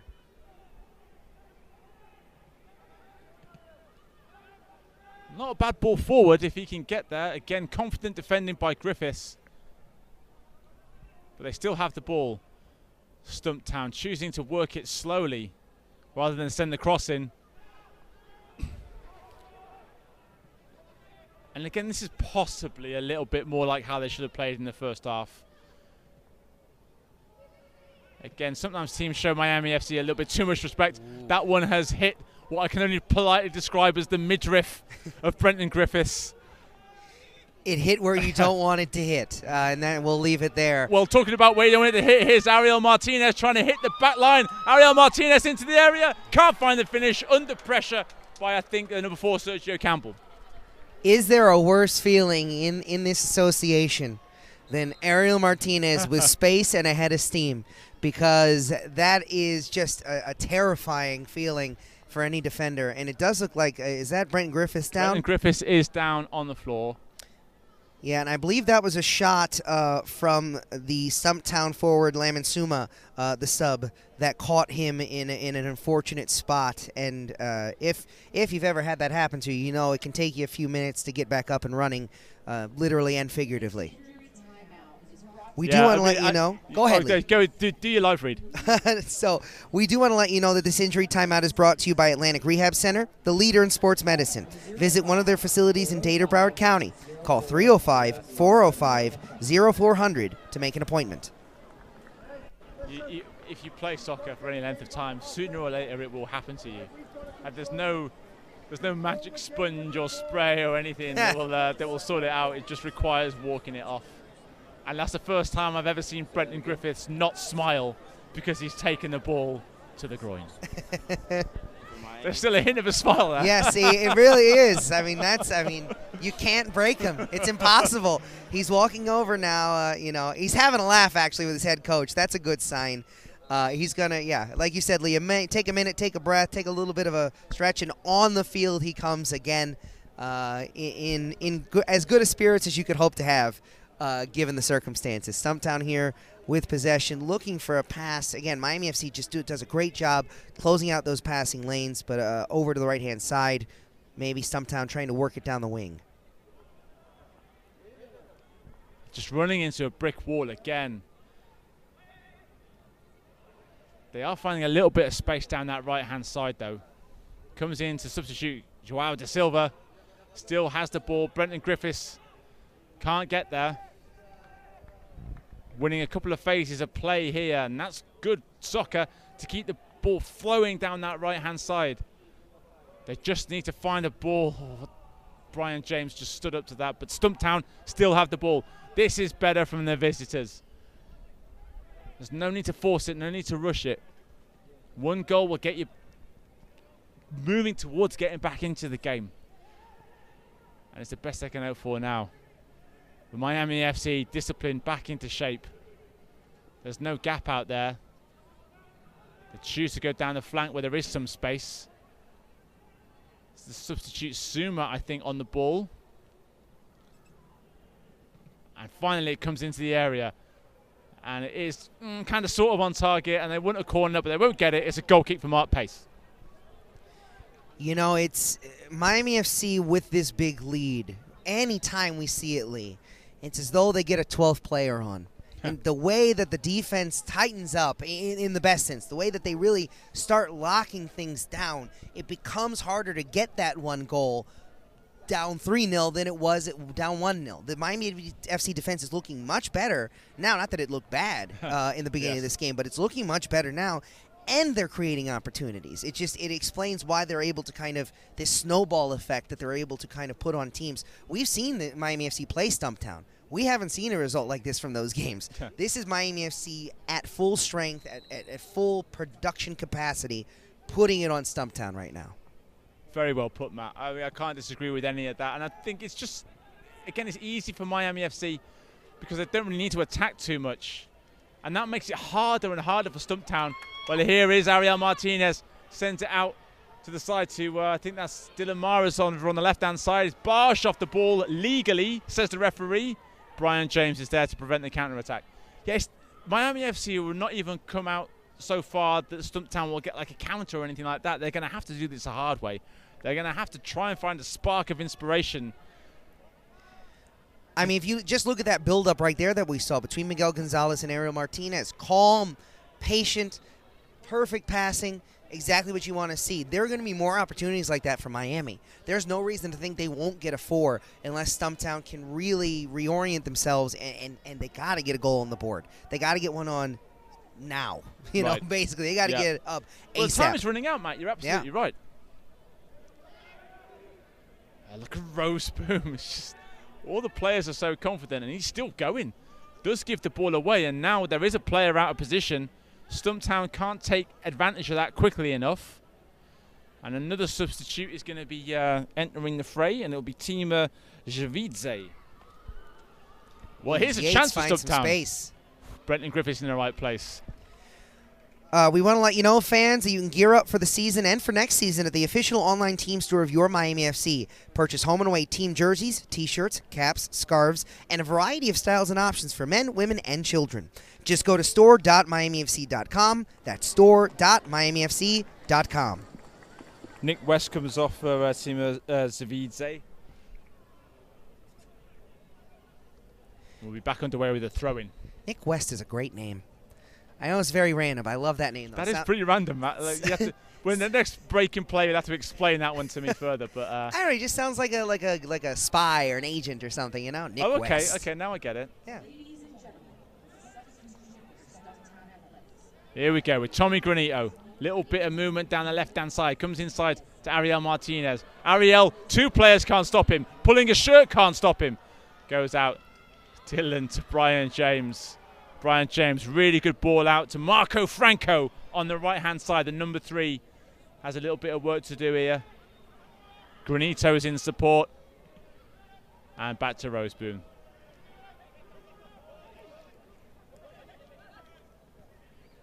Sometimes it feels like there's 12 Miami FC players on the field. Did you make that point already? Like it really feels like there's always a pass open. There's always someone moving. I did with the whenever they get these kind of biggish leads, when they get up 2 or especially 3, it's as though they get like a superpower. You know, it's as though they get a little boost, and it makes it even harder for the team that's already down.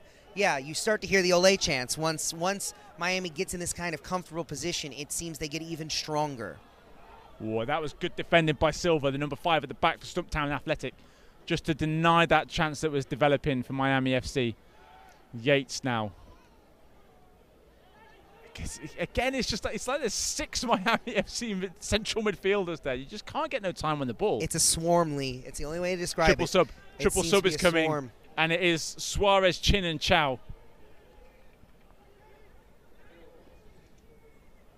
Sound the klaxon. Triple sub coming on. That's a. Well, here is a chance developing for Brian James. Comes to nothing. Lloyd Sam has all the time in the world on the ball. Dylan Mares. That was my rave siren there. That was pretty good. I like it. Klaxon. Roseboom. Slips in Marco Franco, who is offside. Just a wee bit off. Marco Franco there. You'd like to see Franco getting up and attack, though. He was really kind of hanging back since he was subbed on. But the last 5 minutes or so, he's felt a little bit more confident to push up that right-hand side and try to make some magic for Miami FC. And just looking at that, like he's so far up the field, Granito was slotted into the right back position. Not a great header by Roseboom. Just got a bit too underneath it instead of behind it. I think that's a substitute. Javidze taking the throw-in, and he will leave it for Richardo Israel, his fullback. Paul Dalglish currently giving instructions to his subs coming on. Did mention Mo Chow, Sean Chin, and Dario Suarez, and they're all getting a little bit of last-minute coaching up from the gaffer, Paul Dalglish. That'll be a foul. And a strong disagreement of opinion between the referee and number 7, Tate Robertson for Stumptown Athletic, that I'm sure you could probably hear back in Stumptown. And here is Miguel Gonzalez pulling off into the right channel. Granito in support. Granito goes for goal. Just swerving away, but a good effort by the El Salvadorian marksman. That's a shot you want him to take every single time. Tommy Granito is a confident player. He had space. He put it on his right foot. It's just a tiny bit wide, but that's good play from Miami FC as we enter the closing 20 minutes of this East Coast Championship. Speaking of that, Lee, we do want to let you know, fans, be sure to tune in on My Cuju tomorrow at 7 p.m. Eastern Time. That's 4 p.m. Pacific for the NISA West Coast Championship. Cal United takes on LA Force at Championship Stadium in Orange County, California. Yeah, that's going to be a great game. I know we said it in the first half, but that'll be interesting. It looks like Miami FC are going to stamp their ticket into the 2020 NISA playoffs, and it'll be interesting to see who does the same over in the West. My money would be on Cal United, but I'm sure it's going to be a great game, and LA Force will be determined to prove me wrong now I've said it. But they've had a great season, Cal United strikers, and they're going to post your face up in the locker room before kickoff tomorrow. That's enough to motivate anyone. Punish the Welshman. But no, that's going to be a cracking game, and obviously it's like I say, I've given LA Force props. They've done their business and got in that final. Anything can happen in the final, but this one is going pretty much with the book so far, and the reinforcements are about to enter. So it will be Dario Suarez on for Miguel Gonzalez. A good game for Miguel. He'll get some applause from head coach Paul Dalglish coming off.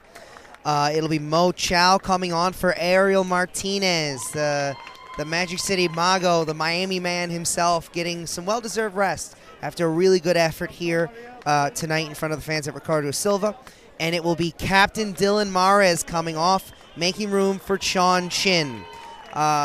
Lee, there's a phrase used in basketball, in the National Basketball Association. Head coach of the Boston Celtics, Red Auerbach, was frequently subbing out players near the end of games, players that wouldn't get a lot of playing time, and then lighting up a victory cigar. This kind of sub with high-quality players, but I think this is Paul Dalglish's version of a victory cigar here. Getting fresh legs on, but pulling off a Dylan Mares and an Ariel Martinez, I think he gets the sense that this one is just about done and dusted. You're right about Dylan Mares hobbling a little bit, and I mean a little bit. And I remember I was down with the academy a couple of weeks ago before the Oakland Roots game, and you could just see in his gait he was hobbling a little bit then. So I think maybe he's determined to give that ankle a bit of extra rest before the winter layoff. But here comes Stumptown. Roseboom is in the way to deny them, and they tried to come out through Chin, but here's Joao da Silva. Granito does that so well. Such quick feet. Heath sends Chin forward, but it's too much and it's out. I tell you what, Lee, that opportunity that Stumptown just had, they've got to do more with that. Yep. In terms of trying to get that to real good goal-scoring opportunity, a turnover for Miami FC, and it just really doesn't come to anything. That's got to be real disappointing for Mark Steffens. We're at the stage now where I think it's a pretty safe bet that Stumptown aren't going to win this game, but I think they can get out of this game with a goal that will be not a bad night's work considering how the first half went for them. But I would like to see them show a little bit more fight, a little bit more pride, and try to get that equaliser. They're not really mixing it up enough, and here we go again. Well, Sean Chin has acres of space down the right-hand side, just misses his control. And the defender, I think that's Silver, who's had a very good game for Stumptown. Lee, I got 3 words. Too much space. That was too much space for Sean Chin. Sometimes you're overwhelmed with the option you have in front of you and you just kind of stumble over it. He's going to want to make amends for that one. He got 15, 20 minutes probably with the time added on. And I think if I was Stumptown, I'd like, just let's get a goal. Let's give ourselves something to cheer about. Well, here's Granito. Sends it low, looking for Brian James. Can't get there. You know what's unfortunately is we have seen Stumptown perform here in this city well. They gave Miami FC a game, and the return game in Matthews, it was a 2-0 win for Miami FC, but it was by no means a cakewalk. This is not reflective of their skill, their capability. Now, we know Miami FC is always capable of an additional gear in games like this. So it was going to be a hard task from the jump. But like you said, you do want to see Stumptown get at least one because this does not reflect the kind of quality season they've had. They deserve a goal here tonight. Certainly do. Another great challenge by Silva down there on Granito. But Granito does come up with the ball. Chin. Little sort of Ronaldinho-esque floating leaf, but doesn't quite pull it off. And Tasker will get us back underway with a goal kick. Wants to take it short. Number 5, Silva, with the ball for Stumptown.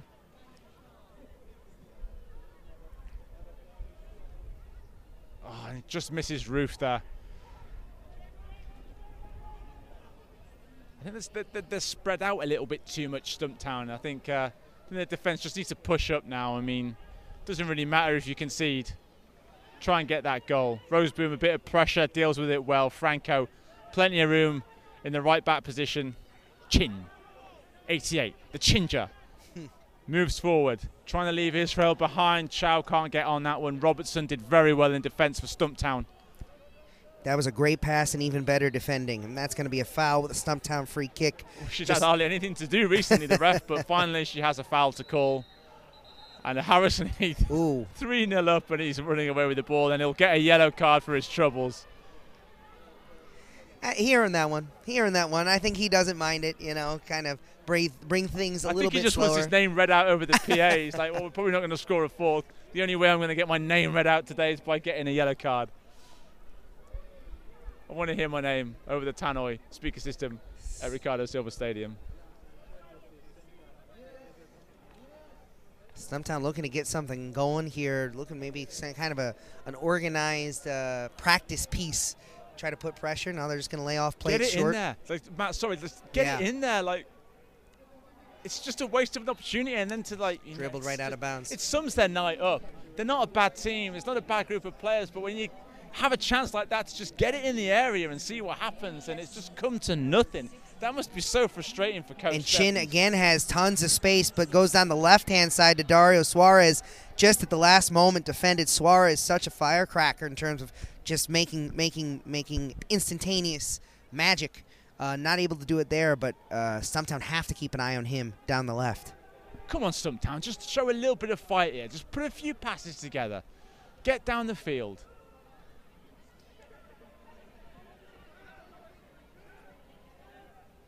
Poor Dalglish, he's still not happy. He's out of his technical area and barking something at someone.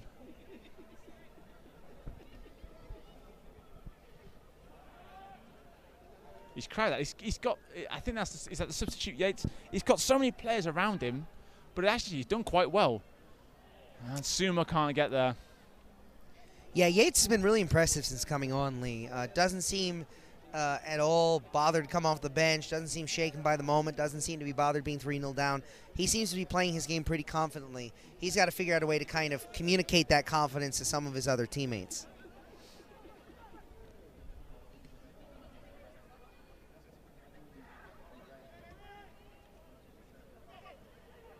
Good work by Franco there. They're just toying with Stumptown, keeping them at arm's length, and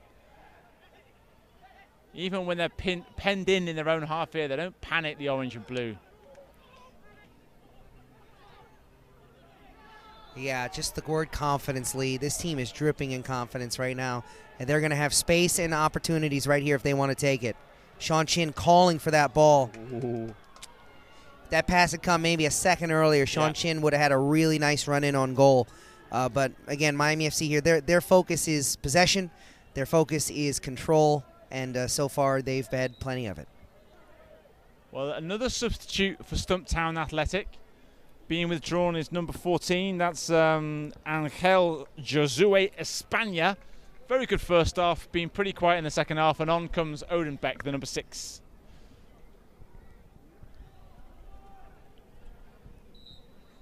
That's a like for like. That's defense for defense. So you're just looking to get some fresh legs if you're Mark Steffens. Be Mo Chow with the throw in here.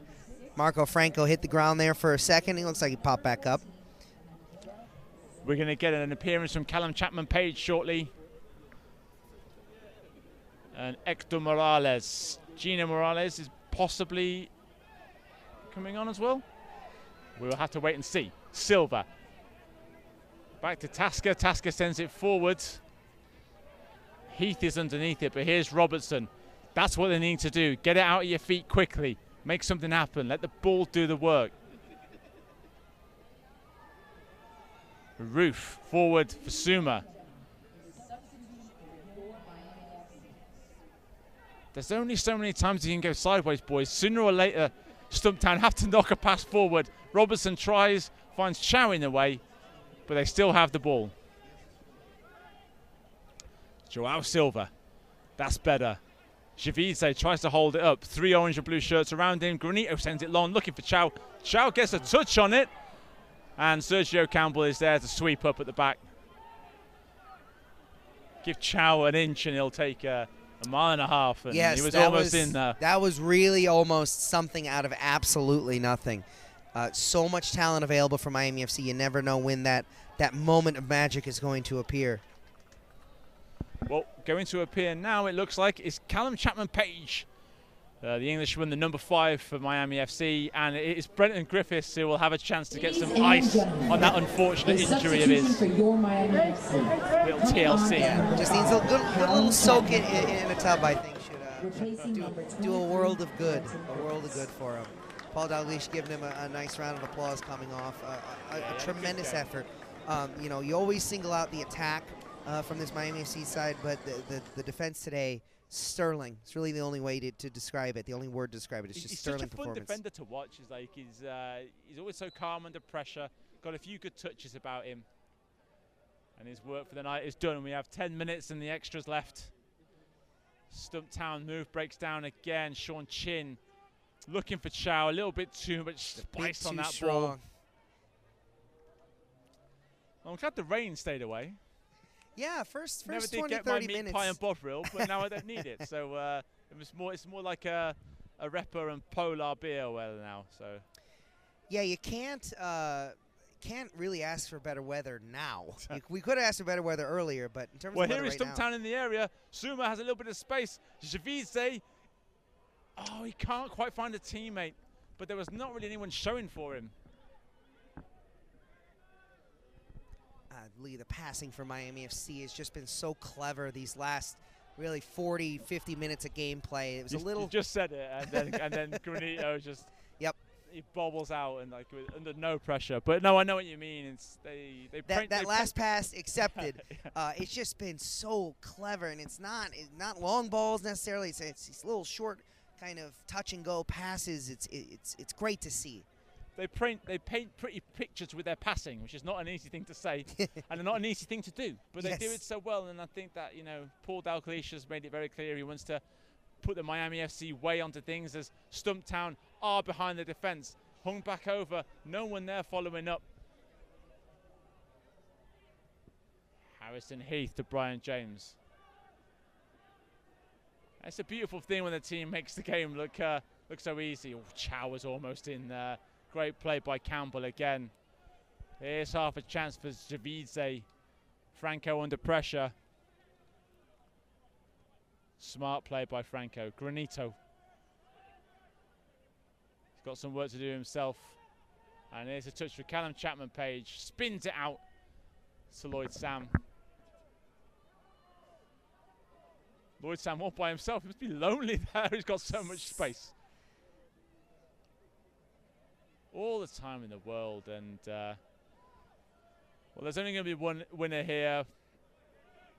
Maybe we'll see a fall from Miami FC. Maybe Stumptown can get one at the death, but Sean Chin lays it forward for Thomas Granito. Granito to the corner flag, tries to send it over. Tasker under no pressure, plucks it out of the South Florida sky, spins it forward for Odenbeck. Odenbeck spots some space over on the right-hand side. Seeing some urgency from Stumptown now, something that's been kind of lacking the last 15 or 20 minutes, really trying to get the ball up the field. Well, Miami was sort of pulled a little bit out of shape, and there was the sniff of possibly a chance for Stumptown, but again, lacking a bit of urgency.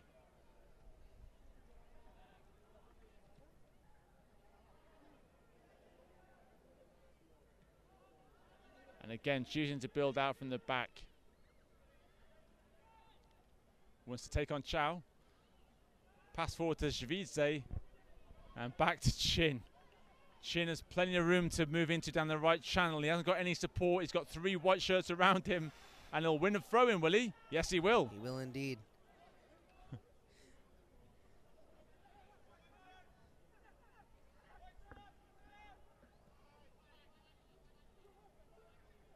Game's petering out a little bit, isn't it, Matt? I think it's fair to say we've had some quite interesting passages of the game so far, but I think there's a air of acceptance of this 3-0 right here, right now.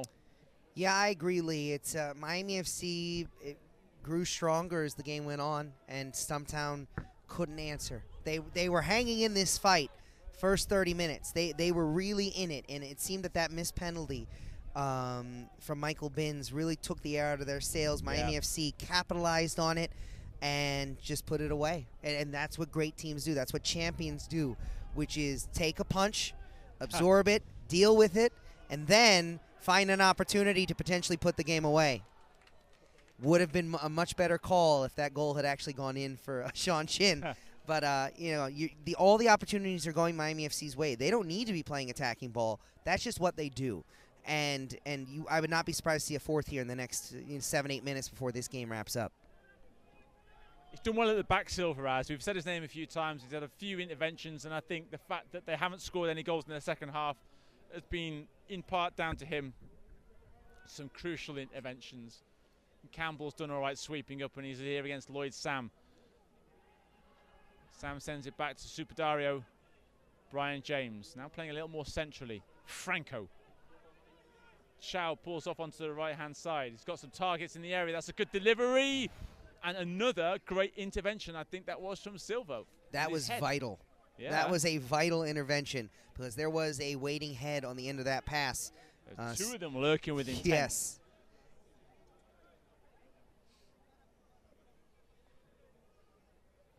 Matt, you want to have a think about man of the match? Ooh, man, that's tough. Yeah, I need a minute on that one. There are a few good options here. A few good options. Ariel Martinez had a really good game, doing a lot of the stuff that, you know, I don't want to say like grunt work, but doing a lot of the little things right and getting on the board with a goal. That's a possibility. Othello Ba. Really good assist, really strong play all across the field. Those are the two names that come to my mind. Is anyone I'm leaving out? I think that's a pretty good summary. We've got a couple of minutes to make our minds up. I think if Othello hadn't been forced off with that injury, and he'd had a chance to do a little bit more, we could be giving it to him. I think for the visitors, Gabriel Silva has been a cut above the rest of his teammates today. He can lead this field. Thinking I've done a decent job here.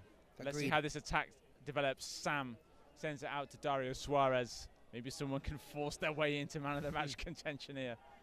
Harrison Heath could, if he could add a fourth here. Have a go, Harrison. Now he plays in Lloyd Sam. Ooh, that's Lloyd onside.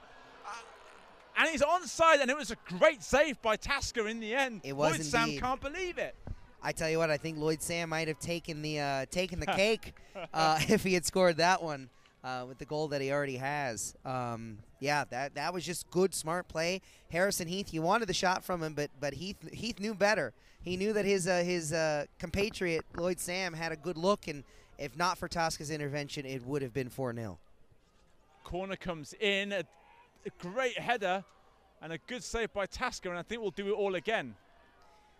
You know, there's a saying in fighting, punching above your weight. Dario Suarez heads above his height. I tell you what, he really is like he's 6'5" in the box whenever he's going up for headers. You can't figure out how he gets up there, but he's just got such a great vertical and such a tremendous determination He loves to get that at the ball. diving header as well, for sure. Granito will take the corner. Short to Chin. Chin back to Granito. Tommy Granito. I think, well, into the back, and we're going to have another corner kick, piling on the pressure, turning the screw here, the orange and blue of Miami FC. Just a minute left in this game, Lee, a team that's already up 3-0, and you're seeing them with inventive passing. You're seeing them with creative moves on the ball. You're seeing everything. It's one of their best showings so far in this NISA showcase, I think, Miami FC really putting it all together at the right time. And that's a credit to Paul Dalglish. You want your team performing at the best, doing their best at the best moments, and that's what you see. So the referee has the assistant ref has his flag up, and I think it might be a free kick. The ball, I don't know. It's a free kick, yeah. I think the ball didn't go with the who knows? The ball didn't go the required distance. Might be slightly controversial, but given the fact he's played the full 90 and he's been such a leader on the pitch, I kind of want to say Harrison Heath for man of the match. That's a sleeper pick, I think. But he has had a really good showing. Has he done anything wrong? Yeah, he hasn't given a sniff. He's frustrated his opposite number bins off the field. Stumptown maybe have a chance to finally get the goal. No, Suma can't apply the finish. I mean, it's a really hard decision, but I think it's time to give a little bit of love to one of those players who isn't up there scoring goals the whole time. I'd say Harrison Heath. He's not been skippering the ship. I mean, he's not been the captain, but he's delivered a bit of a captain's performance in the middle of the park and played the full 90. He's bossed at midfield. It's not all about goals and assists and everything like that. The defence has held strong, but there's not really been one individual great performance. Brendan Griffiths had a great game. I'd say Harrison Heath. You've convinced me. How about that? I can go along with that. I appreciate the Ariel had a great game and did great with a penalty, but we know he's always capable of slightly more. Yeah. Lloyd Sam was quiet and scored. Othello did great and came off, and I think all in all, for the full performance over the 90, Harrison Heath, man of the match. He's kept this team moving in the right direction, and I think he deserves credit for that. Done and dusted. There you have it. Congratulations to Harrison from us up here in the booth. We do want to let you know we have 2 minutes of extra time. We're about a minute into it here. So, again, we can all but say that Miami FC will be the 2019 East Coast champion of NISA, and thoroughly deservedly. Yeah, I think so. And, Stumptown have come down here, and maybe they could have given it a better go, but it's not an easy place to come to, especially when there's the motivation of a cup on the line. The 9th for Miami FC. Is there a chance here for Shavid Zayn? No, it won't come to him. Lloyd Sam on the ball. And it's just been... Sometimes Miami FC will give up a mistake or, they gave them the chance with a penalty. They didn't take it. And what is that? That's a What's high happened boot. there? That's a high boot by Sergio Campbell, who's played the game so well. Chow is on the floor. Brendan Griffiths is on the field. He ran out to say something. He did not like that one bit, and the officials are having to come back and gesture to the sideline. The Miami FC sideline is not happy right now. Well, it's unfortunate that the game has to probably end like this, but I'd have to see it again before I would make any comment on the intent, but Chow wouldn't stay down like that if he wasn't hurt. We do want to let you know that this injury timeout is brought to you by Atlantic Rehab Center, the leader in sports medicine. Visit one of their facilities in Dade, Broward County. Call 305-405-0400 to make an appointment. We also want to let you know that the Miami FC Youth Academy tryouts are coming soon. They're open to all kids ages 4 to 17. It's your chance to join the official Miami FC Youth Academy and develop your skills while learning the game from top-level coaches in the area. Go to MiamiFC.com or call 1-844-MIAMI-FC for additional information on tryouts. Vamos, Miami. Well, I don't know if the referee has issued a card yet. She's gone over to talk to her assistant.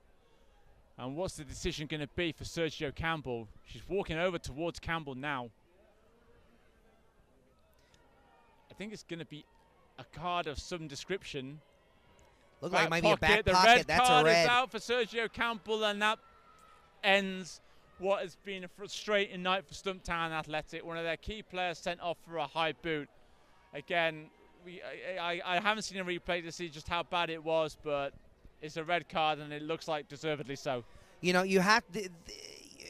You can never assign intent, really. You don't know what's going on inside someone's mind, but that I don't think that was intentional. In terms of a decision. I think that was a player trying to make something happen, going a little bit too far, and committing a bad decision.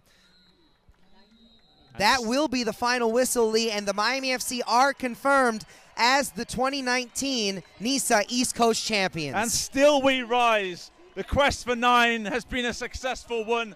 Miami FC win the NISA Eastern Conference Championship, whatever you want to call it. They've won it, and you can't disagree with the scoreline. And on the night, the right team won. Absolutely, Lee. Miami FC well-deserved. I would say arguably their best performance in NISA since their first game against Philly Fury. A well-deserved champion from the East Coast here.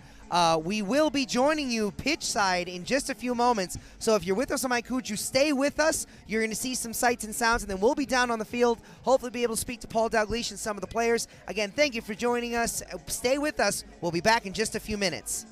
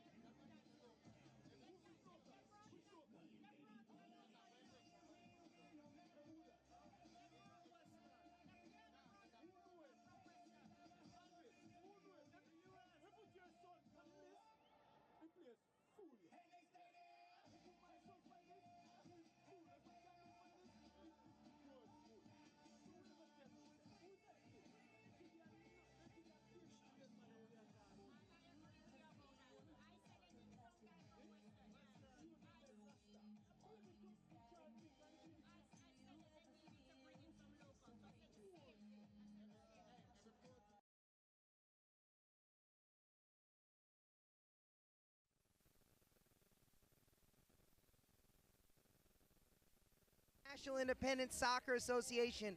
You just saw live the trophy presentation. Dylan Mars is the Golden Ball winner. The Miami FC are champions again. 9 pieces of silverware in their overflowing cabinet. And we want to welcome onto our broadcast Commissioner of the National Independent Soccer Association, John Pruch. How are you doing? Very happy to have you, sir. You're very happy to be here. Of course, yes. It's a happy occasion, happy night in Miami. First of 2 championships. What do you see from tonight? What do you take away in terms of the league? I think the league's in a very good position, very strong. Miami obviously is a very good team, right? And they showed that tonight. And Stumptown, I thought, played really well. But your guys are tough. And Dylan Maris got the Golden Ball Award for a reason. He's the real deal. There's a member of the Miami FC front office, Kartik Krishnaiyer, and he has for years sung the praise of Dylan Mars, and we get to see it again tonight, how critical he is. NISA now heading into the West Coast Championship tomorrow night. 2 excellent teams, Cal United and LA. Again, going at it again tomorrow night for another title and another playoff spot for next year. What are you looking forward to seeing in that game on the West Coast? Well, it's a derby already, right? I mean, 1 season and the 2 teams are going at it, right? I think it's going to be highly competitive. 2 different styles. I think it's going to be a great game. I really do. And in a great venue. I think it'll be a lot of fun to watch. The only unfortunate part is I have an early flight to get there. I was going to say a cross-continent commissioner we have on with us this evening. So last thing before I let you go and kind of get in with the crowd. Looking forward to 2020. Obviously, additional teams coming into the fray, a real nationwide association that we're going to see. What's the most exciting thing for you as you plan ahead for next year? Yeah, so I think I'll say the most exciting thing for me over the next couple of years are these derbies, because it's not something that normally exists like in a closed system. In an open system, we encourage that, and we're really excited about that. We had the NISA Challenge Cup to start the fall. We'll do that again. We'll pick 2 clubs and to represent a true derby, and we'll let them go at it. So I'm really excited about that. I think you'll also see in 2020 the league will continue to grow and mature. You know, we're just kind of getting our feet under us this fall, right? And so in the spring and then next fall, I think you're going to see maturity come about on the pitch and off the pitch. I think a lot of fans of soccer in this country are looking for a lower division that can provide stability and maturity and development, and I think NISA really has a plan for that. And so I think a lot of people are looking forward to the leadership you provide. And congratulations. Thank you very much. That's Commissioner of NISA, John Pruch. We appreciate his time. And there he is, Lee fans getting one of the men of the hour. Let's say it's a true team effort. Paul Dalglish. You know, the team has been talking about this for really since the 8th title, the drive for 9. It's time for 9. This 9th title, this NISA East Coast Championship. What does it mean to you? Yeah, listen, it meant everything before the game, and now we've won it. We're already thinking about what we can win next. That's the mentality you've got to have. I mean, yeah, we wanted to win 9, but now we want to win 10, and that's the mentality we've got to have here. It's an amazing bunch of players, and they're so hungry to win. You know, sometimes when you win things, you might become a little bit demotivated, but these guys just want to keep winning, and it's a pleasure to work with them. Speaking about motivation, arguably the strongest performance in the entire NISA Fall Showcase for Miami FC. You played the Stumptown team twice, and they gave you fits 2 times. You got points out of it, but they gave you fits. Tonight was a dominant showing. After that first penalty, it was all Miami FC, really. Yeah, I think first half, we came out hungry, you know. It's like we're playing on a big stage at the stadium, and we want to put on a show. I thought we were brilliant last week in the first half as well. I think we kind of let off the gas a little bit in the second half last week, or the week before, but we made sure that we came out at half-time, that we didn't let off the gas, and it was a complete performance from start to finish. One more question before I let you go and enjoy the rest of the fun. About 11 months ago, we spoke right outside this stadium when you were announcing Miami FC's involvement with its new youth academy, and you told me what you were most looking forward to about 2019 is your ability to have a full off-season to put your stamp on this team and get it really aligned to what your goals would be. A year has passed, 2 pieces of silverware in the cabinet now. Would you say mission accomplished? Yeah, we've achieved everything we can in league play. Every trophy that was put in front of us, we've managed to win. So maybe I'll give myself a little bit of leeway and a little bit of allow myself a beer tonight. We were talking about during the broadcast, even in the 90th minute, you were still kind of barking out orders, getting things in line. A mark of a true coach, always looking to get better, but I think you've earned a little bit of rest, a little bit of joy tonight. So go and have some fun with your players. Congratulations again, of course. We appreciate it. Head coach Paul Dalgleish, again, the leader of this Miami FC squad that has claimed the NISA East Coast Championship. It's quite a scene. Again, you saw just a few moments ago.